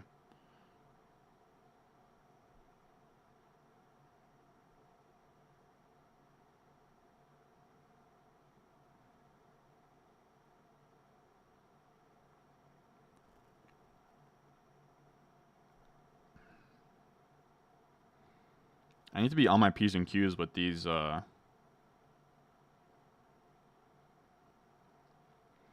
slow draft picks. I just got autoed on one of them.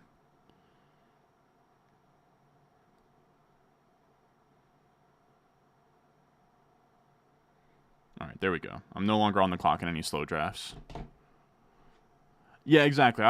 It's a spot for me when I don't really care, and then I also don't want to spend the time having to, beg everyone to vote on the poll and then like have to go, like, I don't even know what needs to happen in the backlogs to get that figured out. But yeah. What else we got? Almost 500 people in here, less than 100 likes. Yeah, leave a like, smash the like button. If I've answered a question of yours, leave a like, subscribe, all of that good stuff, whatever. You know the deal. You know what it is. Man, we're getting locked out at receiver here. That's why I kind of wish the Kyler pick was a receiver. We're going to try our best. So how do we have this team set up? We might... Damn. All right, so this is going to be like this is going to be a very classic 2-5-9-2 build. And just hope that we hit on something late with wide receiver.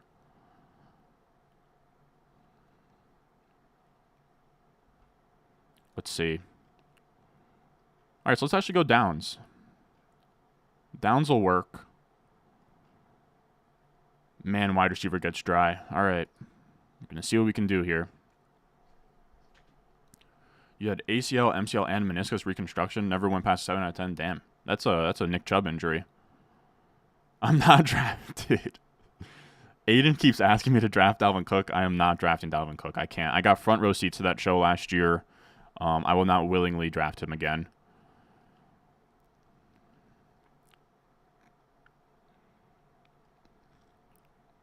Like Slam tell ya. Scroll up so we can peep the squad. Yeah, I got you. We started Bijan, Debo, Devontae Smith, Trey McBride, Jaden Reed, Christian Watson, Kyler Murray, Jordan Love, Zamir White, Dontavion Wicks, Devin Singletary, Ty Chandler, Josh Downs. I feel very weak at receiver on this team, but it is very fun in terms of like the Kyler stack, the Jordan Love stack. Now we just have to land the plane successfully. How do you rank Jamar Chase, Jefferson, and Amon-Ra? I am team Chase, Amon-Ra, Jefferson, but I think that they're all very close. We got a super chat here. Is Debo, Ridley, and Jalen Wright too much for Lamb? Your team now is Kyler, Debo, Tank, Bijan, Kyron, Kincaid, Ridley, Kenneth Walker. God damn it, man.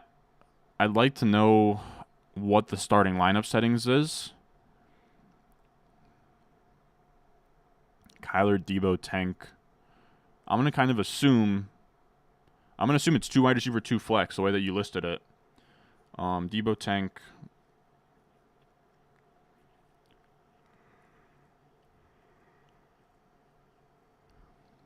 I think you could afford that. I mean, you're just building a super team, but yeah, I think that you can afford that.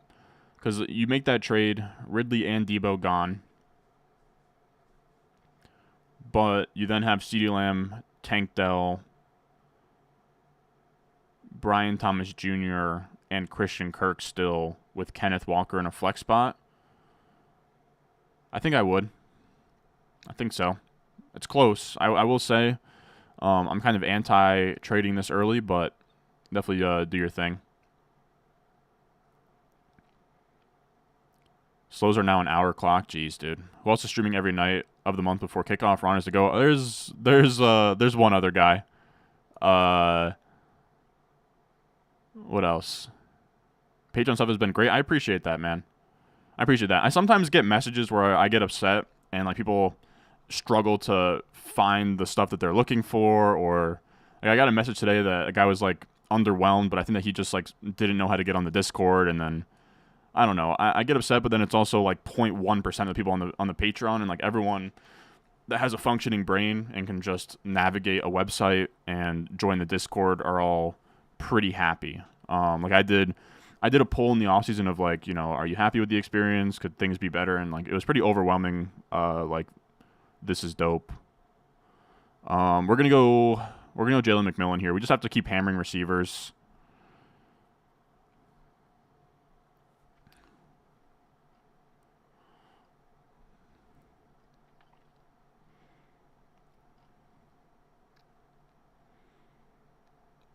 Travis Hunter's insane. I don't have the game on, but maybe I should put it on my other monitor.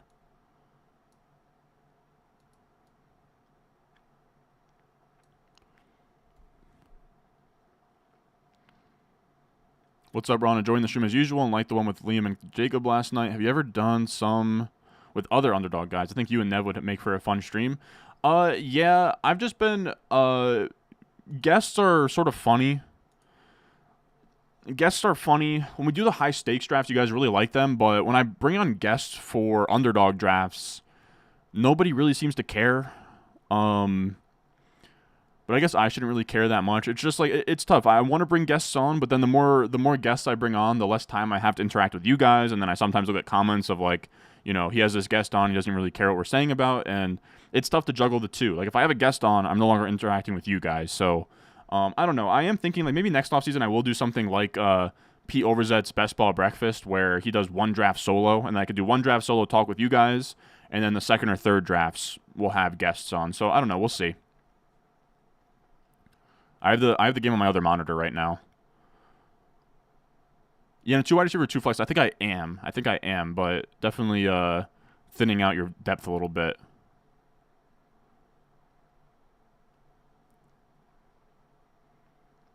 Why are Packers wide receivers falling lower in fantasy drafts? Just nobody established. Yeah, it's pretty much that. People get very hung up on depth charts, and when there's uncertainty with the depth chart, people get a bit squeamish.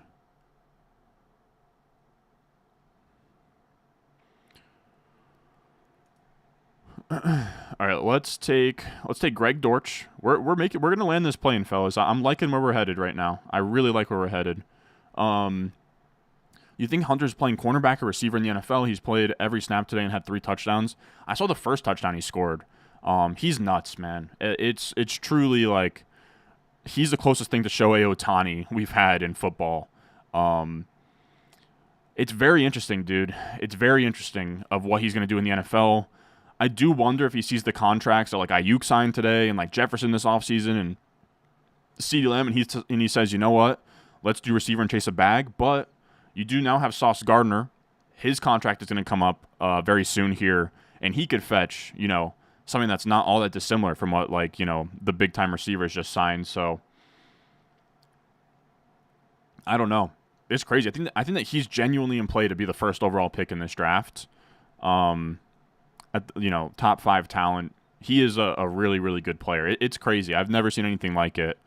But it's tough. He's a really skinny guy. He had like some internal organ shit last year. Like, I don't think he can hold up playing both sides. I have concerns. There's no way he can do it in the NFL. He'll probably have to pick one or like, play defense, but then like have like a special package on offense for him. And I don't know. It's interesting. It's really, really interesting. Third TD, yeah, that's insane. Like I said, I was actually watching. I ate dinner when I was watching my mom upstairs because, like I said, she loves watching these college games, and she's actually. It's funny. The whole public perception on Colorado is completely flipped. Everyone hates Colorado. Screw Deion Sanders. The whole transfers thing, and honestly, I've soured on him too. But my mom has seen all of the Coach Prime, whether it's on Amazon Prime or the YouTube show. She loves all the documentary stuff. So she roots for Colorado. And she loves Travis Hunter as well. So we were watching that game. Can you just do a stream with Shane Gillis? Yeah, I'll think about it. Yeah, I think you'll have to pick one as well. That's what I think with the wide receiver for the money. But what do you got? Sauce Gardner's going to get paid. When you and the boys stream, it's so funny. I appreciate that, man.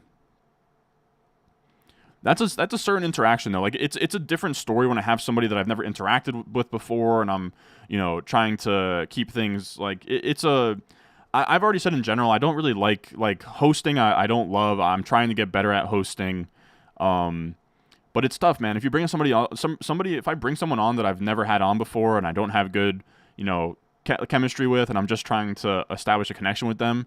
Focusing on the chat can get tough, and it can get a little stale. Let's see here. Let's actually do this. Let's take... It's a slight reach, but we're going to take Jordan Whittington here. He's getting a lot of buzz in terms of like rookie receiver. He fits what we're going for here. That is perfect for us, actually. I actually really like the way this team looks right now. I actually kind of love it. We'll see what makes it back to us. We have 2 different tight end options. We have some running back options later on. I like this. Would you consider drafting Rice and Worthy on the same team in a 2 wide receiver 1 flex? If I got Worthy at a value, probably. Oh, we're landing the plane. We're landing it, man.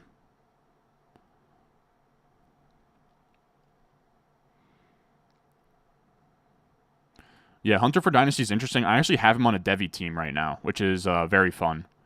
Trevor Lawrence is a late quarterback. I love Trevor Lawrence as a late quarterback. How do you feel about the Bills this year? Are you sold on Allen going as the QB1? I'm sold on this offense scoring points. In terms of fantasy, people seem very hung up on the idea that Josh Allen doesn't have Stephon Diggs and forget that Josh Allen is Josh Allen and is like vanilla Cam Newton. And we've seen Cam Newton do it when his best receiver was Devin Funchess. I think that Josh Allen could have a similar season to that. So yeah, I'm not fading Josh Allen at all.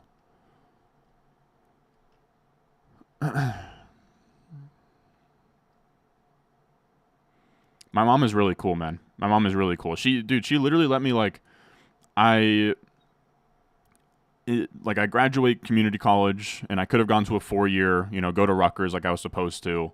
But she was very cool. I said, just give me 1 year to just focus in on YouTube and try this thing full time.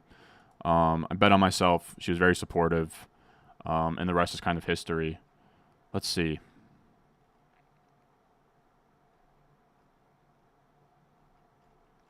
Let's take a running back here. Do you think P. Ryan's still available? Damn. Good on you, man. I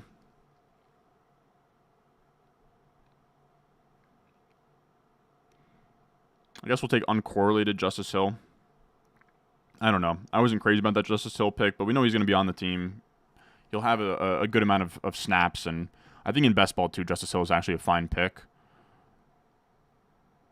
Are you a big hockey fan? I'm a huge Devils fan. I actually have a Martin Brodeur jersey behind me. Wow, you're in a Dynasty League, Kovar? Dude, Kovar is truly one of the most sicko fantasy football players I grew up with. I still remember him and his dad would run like high-stakes leagues together. Traded Saquon for Kyron at 26 first, but not sure if I should hang on to him. He scares me. Well, I think you already profited with the 26 first. Yeah, Kyron is scary in Dynasty, but I don't think anyone's buying after the punt return stuff, to be honest. I think you'd probably have to have it set up where he starts scoring points early on in the year and then you sell him. But yeah, definitely concerning that they take a running back in round 3. Now they're using him on punt returns. A lot of uncertainty. It is tough. All right, we're gonna hop into one more tonight, I think. Like I said, we have we got to make up for lost time here. Actually, I don't know. We'll see. Yeah, no, this is probably gonna be the I don't know yet. We'll see, because I think tomorrow we might go for a really long time, and we'll do like my last 10, like damn near in a row. Because those wide receiver videos take forever, or like the top 45 videos take forever, dude. We keep getting really lucky with our draft slots here. But those videos take forever. But tomorrow, videos should get done much sooner, and then I can hop on here at like 5 or 6 p.m. and we can just rattle off like 10 in a row or something crazy. I know that we've been talking about potentially doing a stream. Wow, North Dakota State scores, huh? I know I've been talking about doing a stream, like a marathon stream. I don't think we're gonna do a wheel and like have it be a subathon. I know that I was kind of teasing that a little bit. I don't know. It's just not well thought out enough. But if we're gonna do like a draft with like a marathon draft stream, it'll probably be tomorrow afternoon. So be on the lookout for that.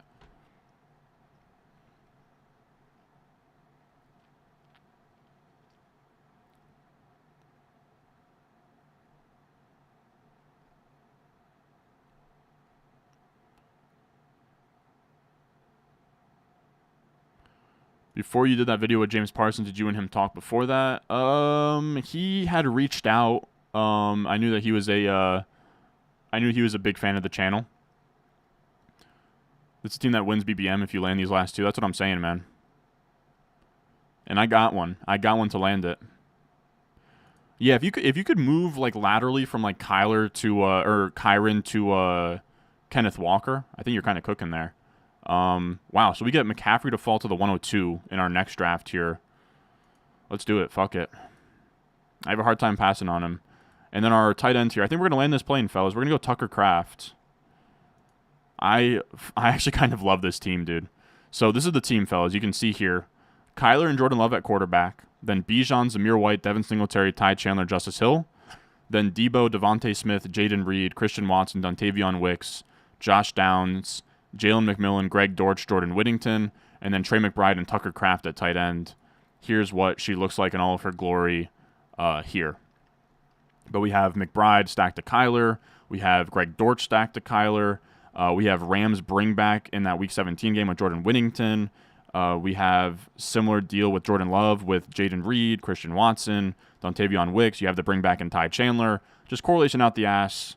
And that is a fun team. And time to move on to probably our last BBM tonight. This is our third one in a row. Leave a like if you've been hanging out. Of course, subscribe if you're new. These drafts are underdog best ball drafts. If you're new, make sure you use promo code RON. They'll match your first deposit up to $1,000, which is freaking ridiculous. Links in the description, live chat, all of that good stuff.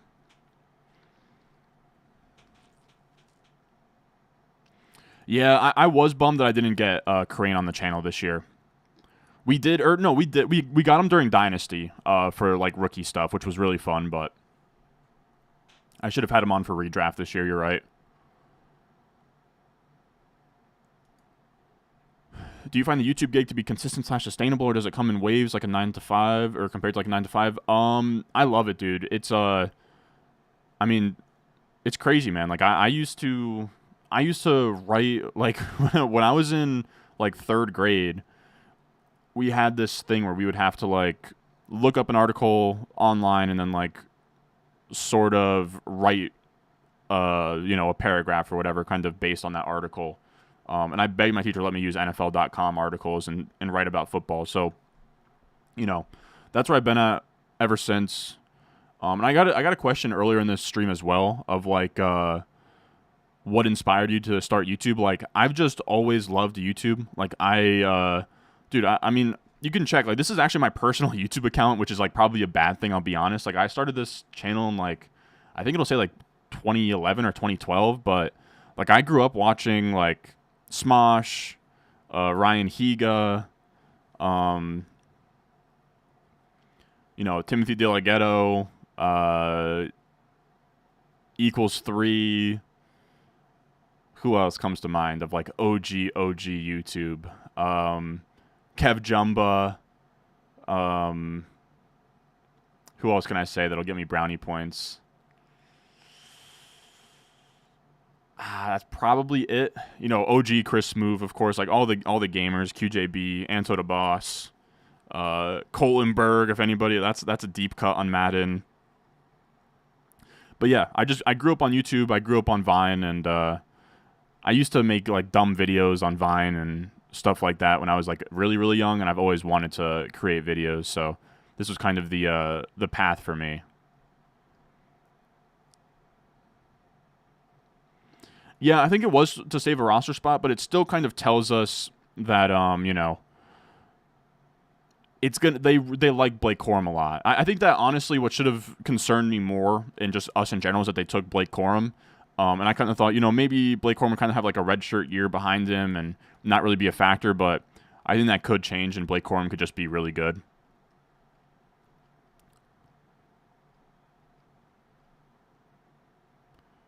Yeah, I really like this team. All right, so now we're on the clock here. Let's take Cooper Kupp. We'll go McCaffrey. We'll go Kupp. We'll see what comes back.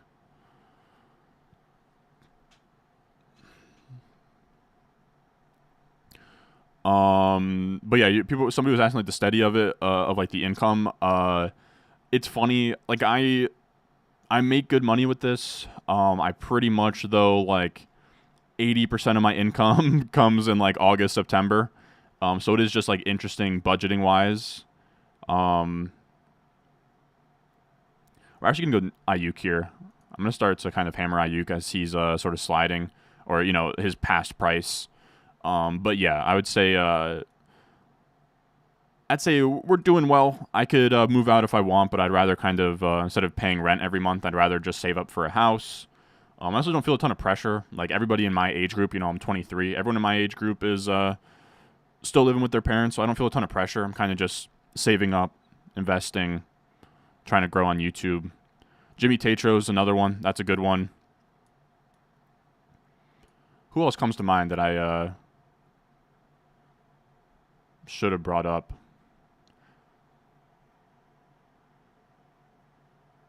It honestly kind of sucks as we get older, because like some of the guys I grew up watching are now like canceled and bad people. Um, but I used to love like David Dobrik before he was like an awful human being. Like his videos actually used to be sick. Team Albo, if you guys know like Wolfie and them, dude. Froggy Fresh. Life is a race and everybody's behind me. What you know about that, dude? I'm telling you, I'm like I've been deep in the YouTube game for a very long time. Moneymaker Mike, YouTube Rewind every year. I used to love that as a kid.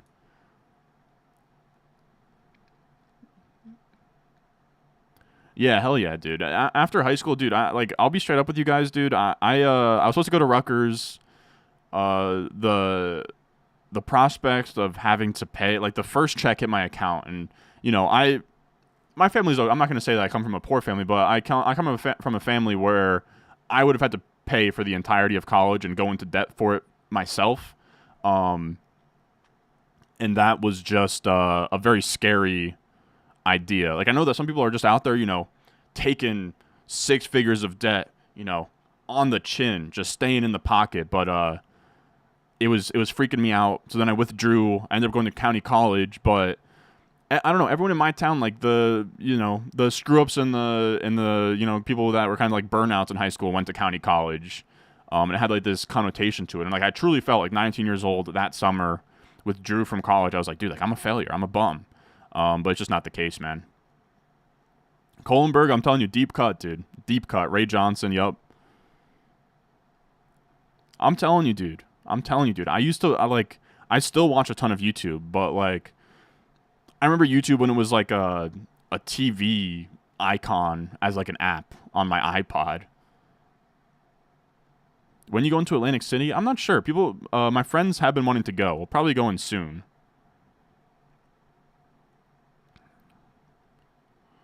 Yeah, NBA 2K16, 17. Oh, dude, like Flight Reacts and Cash Nasty. I mean, that's more recent than like OG days of YouTube.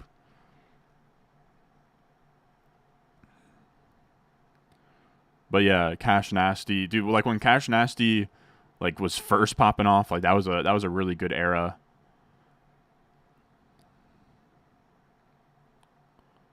Yeah, exactly. Like it's kind of like I got to be honest, it's kind of embarrassing. Like when I tell you guys that I live at home, like I will say like we're absolutely making enough money that I don't have to live in my mom's basement anymore. Like I don't want to bury the lead here. It's just smarter for me to kind of hunker down for a little bit. Oh, dude, Prime KSI and Sidemen crossbar challenge. Come on now, come on now. Yep, OG FusiTube when he had the Mortal Kombat stuff in the elevator. No, I know Prime KSI. Come on now. Prime KSI is what got me into playing FIFA. Like that, like Prime KSI and then like World Cup 2014 got me to buy my first FIFA video game. And then from like now, like I can just tell you, I can tell you just because of Ultimate Team, I can tell you pretty much any player and what country they're from. Oh, dude, I'm living good in terms of I'll go to bars sometimes and me and my buddies will talk to some girls and stuff, and it's always a very interesting conversation when it comes up in terms of like, oh, so what do you do? And I'm like, I I talk into a microphone to an audience of 99.9% men. And then they kind of they tell you some degree that you've never heard of, and it's like their fifth year of school, and you start doing the math, and they went to Penn State, which is like 40,000 a year, and it's like, God, I'm having a panic attack even thinking about the debt you've brought onto yourself and the lack of a clear career option after you graduate. I don't know. I don't want to judge anybody, but like, I don't know. I've definitely gone on my rants about college before on streams like this, and last summer and stuff. But we're gonna go McBride here again. But yeah, dude, I think there's something that really bothers me about how society kind of tells you that you have to go to college and you have to do it this way and you have to take on the debt because you're going to make money later. And it's just like, dude, I got a lot of buddies right now. It's not easy to get a job even with a degree, even with the debt. It's tough, man. Oh, 100%, dude. 100%. And I'll be honest with you guys, like, it wasn't even so much like, oh yeah, I'm going to do YouTube. It was like, I was trying to get myself out of actually having to go to college since I was like 17. It just was never something I wanted to do. Yeah, that was the other one that came into my head in terms of guys that got canceled. Cody Ko. Yeah. But that's cringe was sick. No, it's crazy, dude. It's really crazy. In terms of like just taking on yeah, that's the other side of it. You know, going to college, partying, betting to be yourself. Like, I certainly missed out, but I will say I kind of like hit the lottery in terms of COVID because that kind of ruined everybody's college experience. And I just like didn't like people still paid the same amount for college, but they just had to like stay boarded up in dorms because of COVID, you know? I kind of ran real pure. How would I rank oh dude, Vanos is a great shout too. You know who also is a great shout? This is a deep cut, fellas. Deep cut.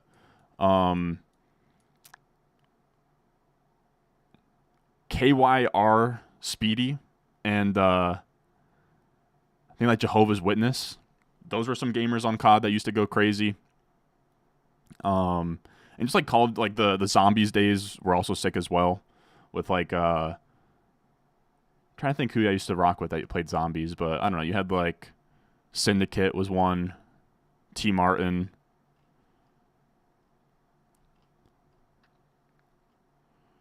Do you bet NFL games too or just fantasy? I bet a little bit of NFL games, but that's more of just like for fun. If I could go back to living at home, I absolutely would. Chris Smoove was the GOAT, dude, for sure. What maneuver could possibly be smoother?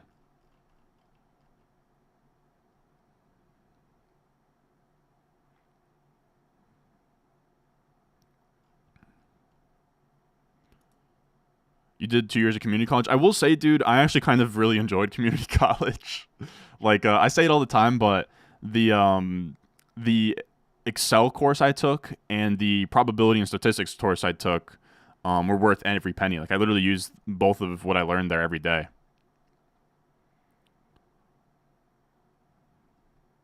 Do you ever see yourself going to college in the future? It is actually funny. I think if my mom had it her way, she would want me to get a degree eventually.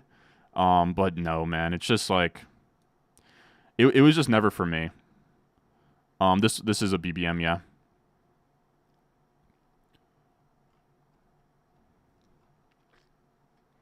How is DJ Moore still on the board in this draft? I don't think he is. He went in the mid-third.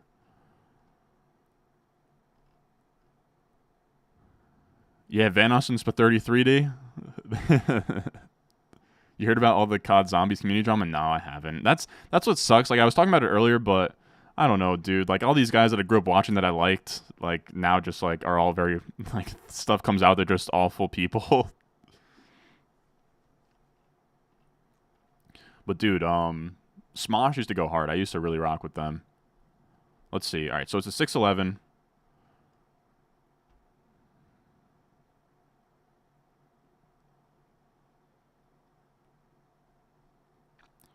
We're going to double up on receiver here. I just don't know which ones. Let's go. I'm trying to take more Deontay. I've cooled off on him because you used to be able to get him in the 8th round, and that was really fun, but now you can't.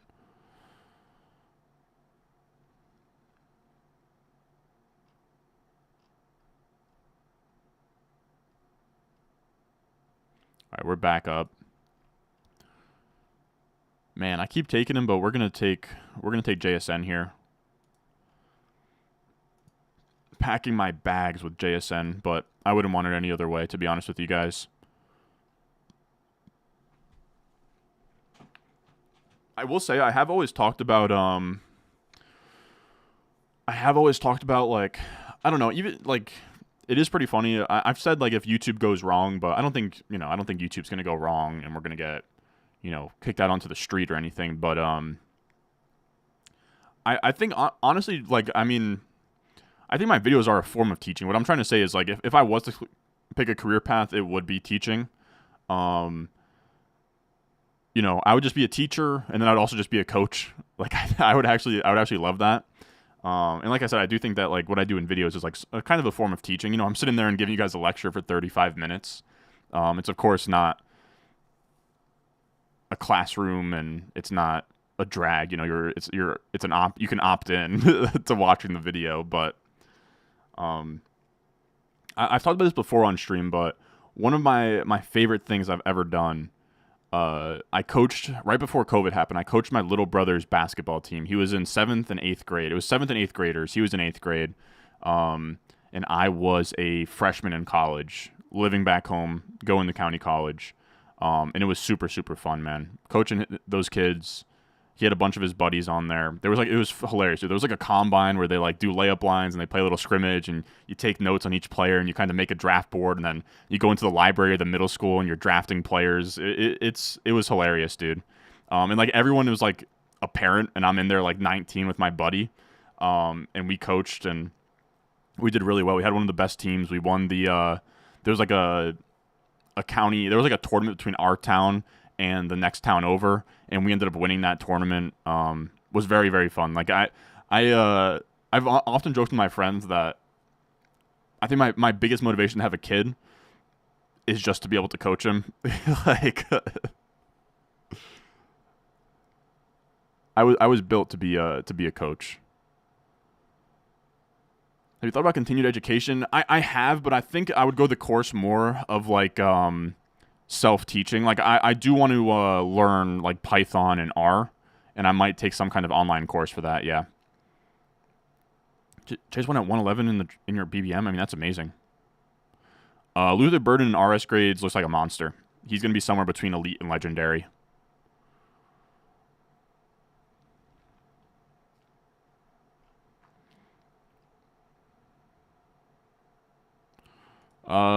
T. Higgins. Yeah, I mean, I'm still drafting Jamar Chase. I'm still taking him as high as like 106. I get the getting spooked on him, but I think the Bengals are going to pass the ball a ton, and I think him and T. Higgins will both eat. T. Higgins definitely gets a nice little bump there just for having he sort of established connection in the offense with Burrow right now. Love to see a Jersey guy thriving in the content space. Ron, keep it up. Hell yeah, dude. That's the thing about Jersey, dude. I ride for Jersey. Wow, dude. Last play of this North Dakota State game. Hail Mary. Damn, North Dakota State quarterback. Oh, my God. Wow. Kid caught it at like the 4-yard line. Holy shit.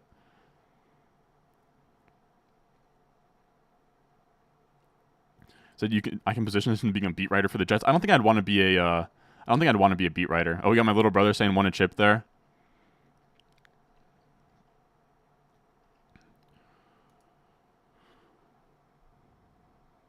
All right, we haven't talked about football in forever here. I'll just be straight up. I think some of you guys are probably a little bit annoyed by that.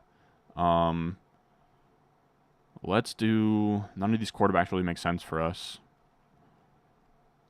Let's take Jalen Warren here. See what makes it back.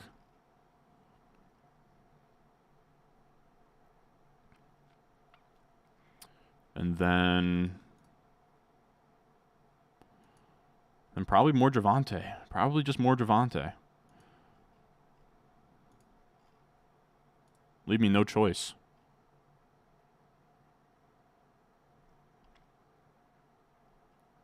My wife's a teacher. It's definitely a profession you need to love to do it.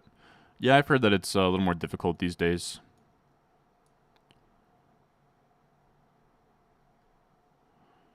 You rank Achan, Debo, and Nico. I would go Achan, Nico, Debo. If you want to learn any code, Harvard and MIT put up all their lectures. Yeah, that's what I've heard. I do want to learn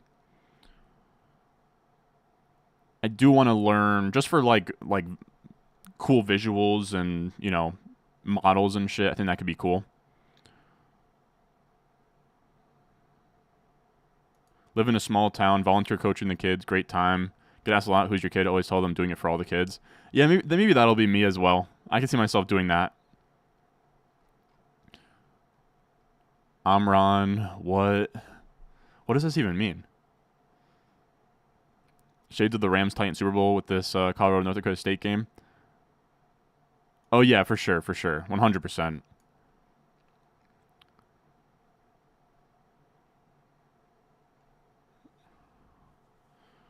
watching to talk to you. I do appreciate that. These are the streams you grow more from, telling stories, allow you to connect with your viewers. Yeah, I agree, and that's why I enjoy these. Especially, we're on draft number 3 tonight. If you do want to get into the developer IT space, let me do. I do recruiting that space.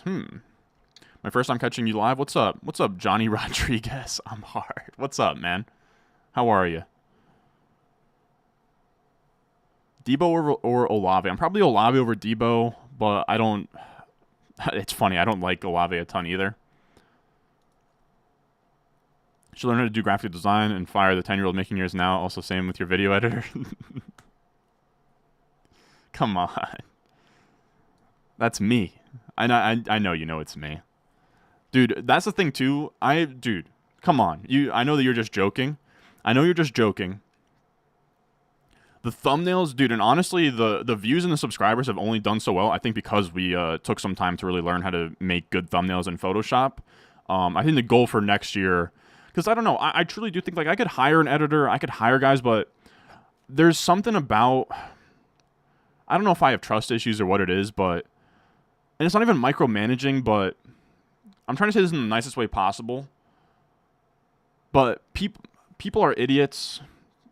It's like the nicest way I can put it, of like, there's just like so much like working with others. There's so much like stuff that I would view as common sense that like they wouldn't do. And like, I just don't have the time to go back and forth of like, and then, having to watch the video over, like just for them to be like, oh, cause I've dealt with editors in the past. And even if you pay them well, it's still, they're not benefiting it. Like no one's going to care about my videos and my stuff as much as I do. And that's kind of the issue for me. Of like, I have a clear direction for this video. I know what I want it to look like. And especially when it comes to like the data and stuff, I think I have a good idea of presentation in terms of like, this stat needs to be up for a certain amount of time so you guys can see it, digest it, look at it, whatever. And like some editor might not, they're not going to put yourself in the viewer's seat and like really think about all of that. So then I have to take time away to like really map out instructions. And I mean, of course, if I had one editor that I paid really well for a long time, I'm sure I could establish a connection with them to the point where I don't have to do that anymore. But it's just every interaction I've had with trying to outsource thumbnails, editing, whatever, it's always very frustrating. It always hurts more than it helps. They'll miss deadlines because, again, like, and it's rightfully so. They don't care about the channel, the views, how much everything does, as much as you do. So it's just been tough. So what I was trying to say is that I had to keep my, because I tried to hire graphic designers to do thumbnails, but the way that thumbnail, like, YouTube is just its own thing, man. Like, if you went to college and you did some video editing for like a college class, that's just such a different genre from YouTube and trying to distill a video down for an audience. It's just a different like art form. And then same thing with graphic design. You're able to make graphic design and like something that looks cool. But when it comes to YouTube and like the Mr. Beastification of YouTube, right, where it's like, arrows and like you need to have contrast and really clear HD photos and you need something that really draws people in. There's just like this disconnect of like, if you're not in the game of like gaming the algorithm and trying to create YouTube videos, finding guys that work, because like, the guys that understand like how to game the algorithm and make good thumbnails and edit videos for the YouTube algorithm are all working with your, Mr. Beasts of the world and, guys who have hundreds of thousands of subscribers. So I'm just like in this weird in-between stage where I'm not small enough to outsource to the small guys, and then I'm not big enough to want to pay more than the big guys pay the big guys. So I don't know. That's my roundabout way of saying that, I taught myself how to do thumbnails this year in terms of like really getting into my grind on Photoshop. This offseason, I'll probably really get on my grind in terms of Premiere Pro, of like figuring out how to really edit things.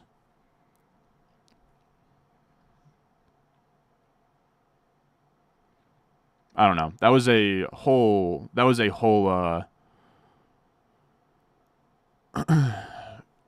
spiel. I don't know if you guys care about that.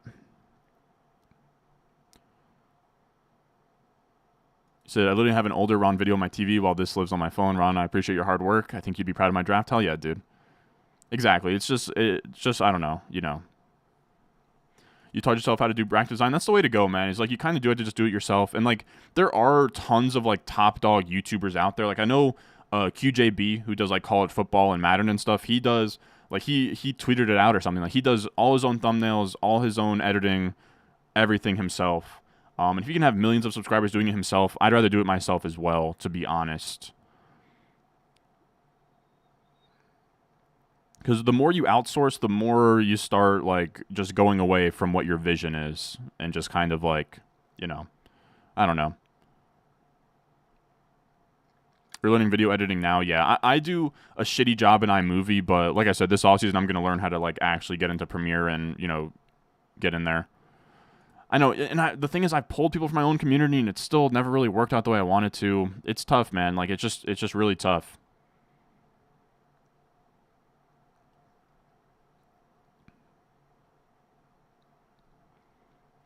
Coming from a dad of twin toddlers, thank you for doing what you do. Saves us time. Hell yeah, it did. Aren't you like 6'3", or am I thinking of MMA Guru? I know he's 6'4". I am. Yeah, I'm a pretty big guy. I hate when you guys make me gas myself up, but yeah, I'm a cool 6'3". I know, I've even have incentive-based stuff before, and it's just, I don't know.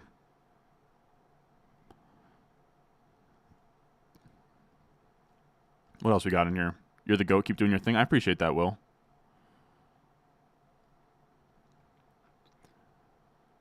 Dude, I did the same myself the other day, man.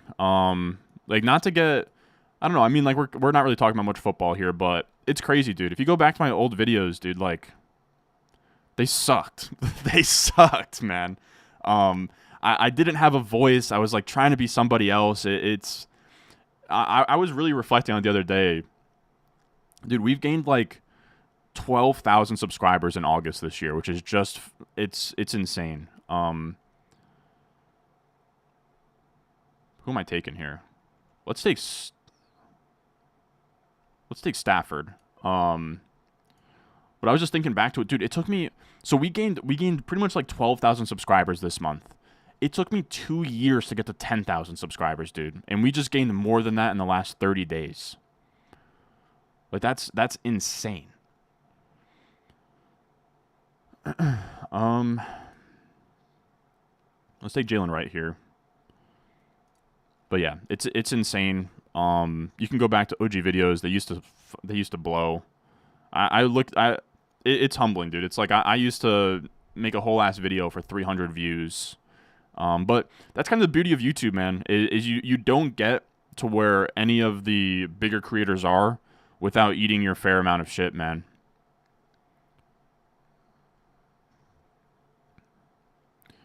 Yeah, the OG intro was fire, but it also got copyrighted.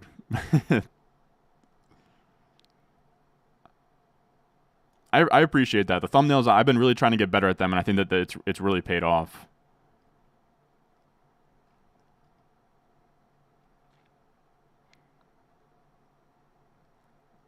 Business emails in the description. I will say this time of year, I suck at reading my email.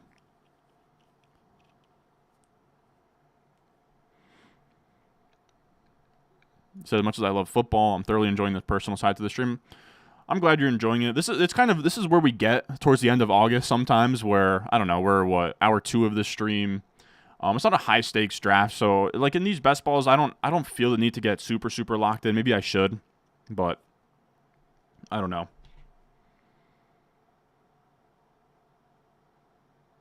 Just making sure.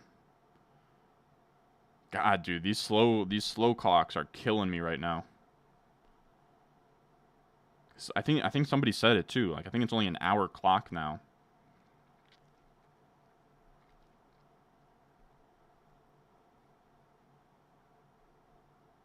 Like now I'm here trying to get reacquainted with how I even started this freaking draft. All right, there we go. 100K by next summer. Dude, I want that 100K plaque so bad, man. It's 65 to 70K by the end of the season. I don't know. We'll see. We'll see. That's been my struggle the entire time that I've done this. I do hope we've built enough momentum here that this can carry into the season, but I have had the struggle in the past where I have a hard time maintaining this growth and the momentum into the season. Just because in season, it's so hard for me to stand out. Like, we stand out with the rookie wide receiver report. That does really well. But outside of the rookie wide receiver report, it's tough. People don't really care about my rankings videos, you know. Like some other creators, like Underdog Fantasy does a great job. Like they put out their top 50, you know, positional rankings the last few days here, and they're all going to go nuclear. I'm in this weird in between where our rankings video does okay, but like in season, they're not going to do great. I don't know. I think I just need to probably just stick to a schedule and like really hammer that home of like, okay, we're going to do lessons learned here, here, here. But yeah, for me, it's trickled. For me, what happens is I spike in August and I trickle off. But if you look at accounts like Underdog Fantasy last year, they went crazy in August and then kind of like rode that momentum into September, October, and then, you know, once football dies down, they come down. But for me, it's almost like August and then down from there. We'll see. We're trying to reverse that. We'll see. Do you look to outsource more thumbnail work or editing work? Honestly, no. Like I've kind of been all right just doing it myself. But I don't know. We'll see.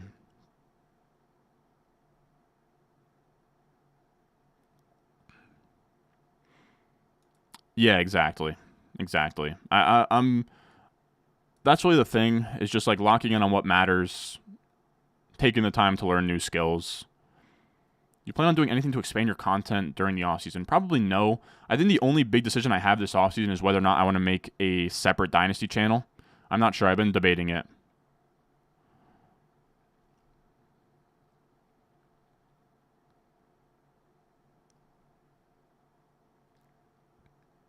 What else we got here?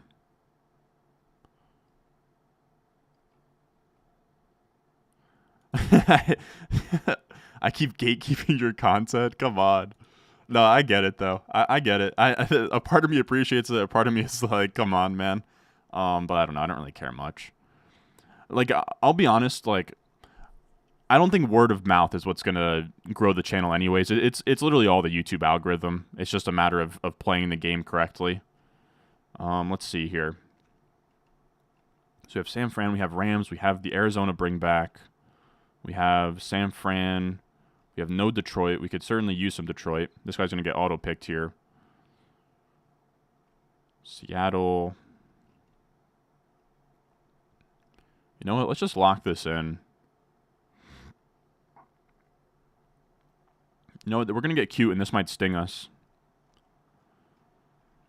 We're going to get cute, and it might sting. We'll see. But we're going to go Noah Fant here, and I'll tell you why in a second.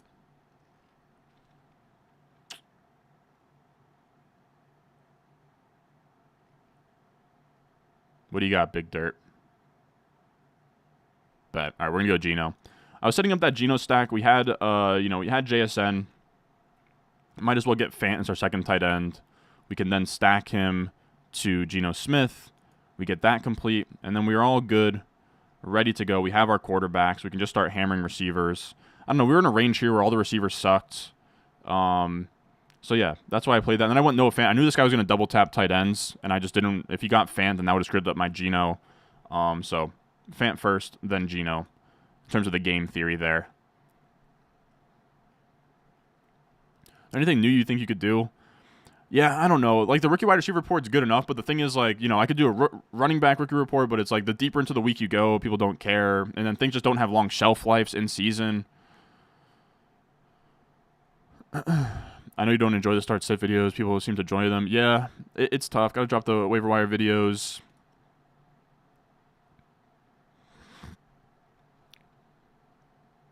Yeah, it's like a. That's kind of the thing with the in-season stuff that like kills me is like, it's not in season. It's not about getting the best content out. It's just about getting there first. And I think you guys know by now that that's just not what my MO has been on YouTube. And I think that's what hurts us. So I don't know. It's tough. I mean, I got to be honest. Like I look around at like Underdog Fantasy. I know most channels honestly do this. Like I think Mason might do it as well. I just can't, dude. These guys, I mean, they're true grinders. I got a lot of respect for them. Of like, they put out their top 10 lessons learned on Sunday night.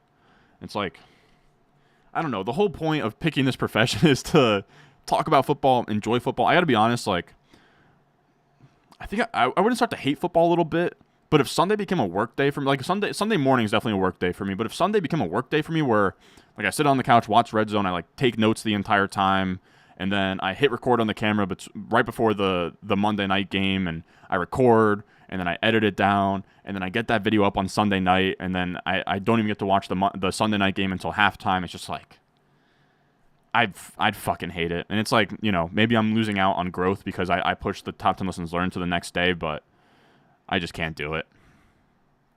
So that's where we're at. I don't know.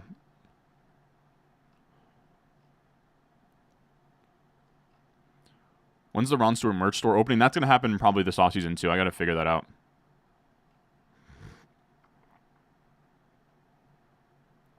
How do you stick to the grind during those first 2 years below 10K subs? I don't know, man. Like, I look. It's funny because like I'm doing right here, where I'm telling you guys, you know, it's a little discouraging. Like I'm probably not going to get as much growth when we head into the season, but it's like we're gonna get like for September and October, we're gonna have a floor of like 15 to 20,000 views per video. And during that stretch of time before I even got to 10K,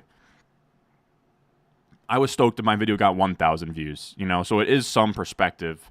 But it is just a way of like how this thing scales up, man, where, you know, before 1,000 subscribers, it was like, you know, could I get 500 views on a video, then 1,000, and it just kind of scales up from there and snowballs. So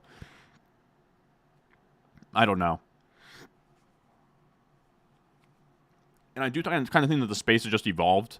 Like, I even think like Ercolano, like over at BDGE, like, the summer he's having right now and the views that he's having are like the best that he's seen in probably the last couple of seasons. Like, I just think I kind of think that everybody is eating right now because the amount of good content that's coming out is like beneficial for everybody right now. So like views are just more easy to come by. We're gonna go Demarcus Robinson over Whittington. It's not a sexy pick, but we'll do that. All right, so we're good at tight end. We just need one more running back and one more receiver, and then we're good to go here. In terms of correlation at running back, Rams, Cardinals, 49ers, Detroit, Seattle, Chicago.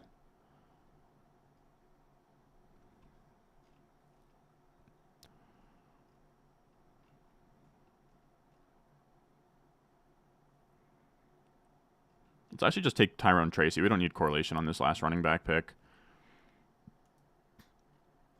But yeah, it's just a different time now, man. It's pretty crazy. Like the high-end channel, like just like everybody gets more views now. It's pretty crazy. But yeah, it was just kind of like seeing the vision through. I was at a point where, I mean, we were doing okay. And I think like in terms of like how do I keep that grind going is like, you know, every once in a while you'll hit the big video, or, you know, you'll hit August and you'll see the most growth that you've ever seen, and just kind of, you know, put your head down and you know where you'll be at. Do you have much of an idea of how big your international audience is? The NFL, so much. You're in Australia. Hell yeah. I have a slight idea. Honestly, I only know when you guys tell me that you're from different countries, but yeah, I'm somewhat aware of how international this stuff has been.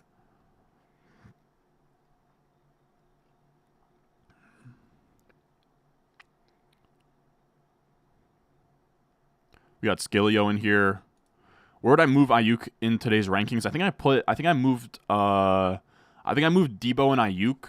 Like I moved Debo a couple spots down and Aiyuk a couple spots up, and I think I ended up with behind Waddle but ahead of DJ Moore with Debo and then Aiyuk there. So I think that's a decent way of explaining that. Do you ever compare yourself to other FF YouTubers and get discouraged during the under 10,000 sub days? Not the big YouTubers. I would compare myself to other guys in the same range. And I always felt like I was pacing with those guys well. So yeah, I don't know. I think once I got to like 5,000 or something, but like under 1,000 subscribers definitely was discouraging, but you eventually figure it out. For those of us that are late, recap. We started McCaffrey, Cooper Kupp, Aiyuk, Zay Flowers, Trey McBride, Deontay Johnson, JSN, Jalen Warren, Javonte Williams, Brock Purdy, A.D. Mitchell, Matt Stafford, Jalen Wright, Noah Fant, Geno Smith, Demarcus Robinson, Tyrone Tracy. I'll be honest, this draft has kind of been me on autopilot. We have been getting we've been kind of peeling back the curtain here, just kind of talking YouTube stuff. Sit start early. I think if you start doing that stuff, you'll lose your point of difference run. Yeah, that's kind of the issue, is like trying to stay true to like being very detail oriented, but then also not losing momentum during the season. We'll figure it out. It'll be a tightrope act. We always figure it out.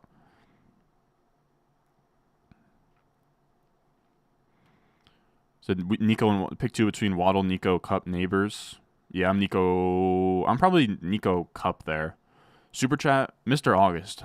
I appreciate that. It is kind of sad, fellas. August is, I hate to say it, August coming to a close here in a few days, man. Feels like, the last rose petal in Beauty and the Beast. My superpowers are draining. Mr. August, I'm drafting at the 12th spot of my home league on Saturday. 6-point passing touchdown PPR league. Who would you be targeting at that 12th and 13th pick? I would probably go with one wide receiver. I would go with one of the receivers of A.J. Brown, Garrett Wilson, Puka Nacua, and then one of the running backs of Jahmyr Gibbs, Jonathan Taylor, Devon Achane, in the orders I said for each one. I'll say good luck as well. Yeah, fantasy football content, like it's pretty crazy. Like the views I'm pulling right now were like what the top of the food chain, like fantasy footballers guys were probably pulling like, 2-3 years ago.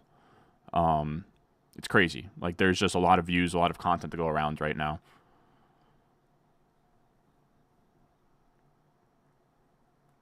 HN straight swing for the fences pick at the 1-2 turn. Yes, sir. Matt, you're the Stephen Che guy, right? I don't know if you saw the Yak video or the Yak from the other day, dude. If you're part of the Che Hive, you definitely got to watch. He had the funniest fucking, like genuinely the best Stephen Che episode of all time was like 2 days ago. He like Slumdog Millionaire his way into like 2 GeoGuessr W's, and the whole thing was hilarious. All right, we have to land this plane here. Are you ripping another? No, I'm probably gonna cut it off here. And then tomorrow we're probably gonna roll in. So this will be this. Tomorrow we'll probably have like somewhere between like 7 to 10 drafts to rip through before this thing closes. All right, so this is our last pick: Seattle Rams, San Fran, Detroit, and then Seattle, Chicago.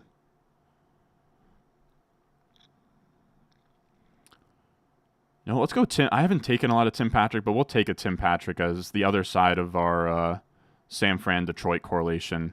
But that's the final team. We went with Purdy, Stafford, Geno in a 3-5-8-2.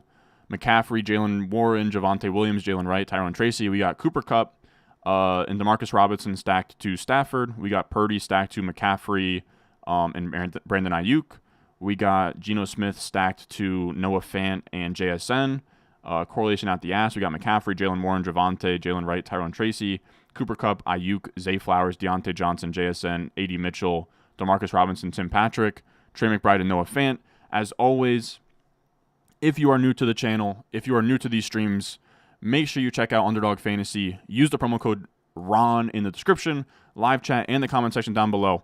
All you got to do, click the link. It'll take you to Underdog Fantasy. It'll use promo code RON to match your first deposit up to $1,000. You can hop into these drafts with us. We will be streaming every day from now through kickoff. We have kickoff happening in a week from today.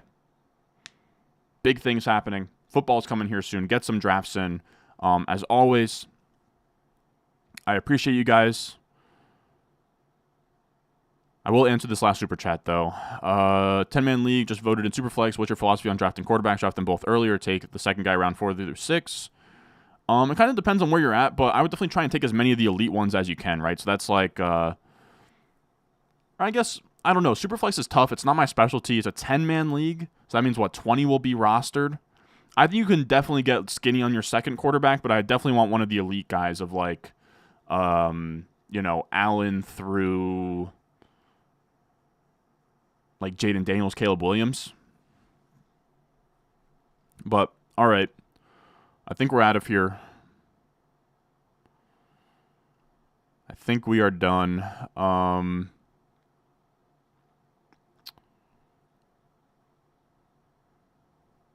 All right.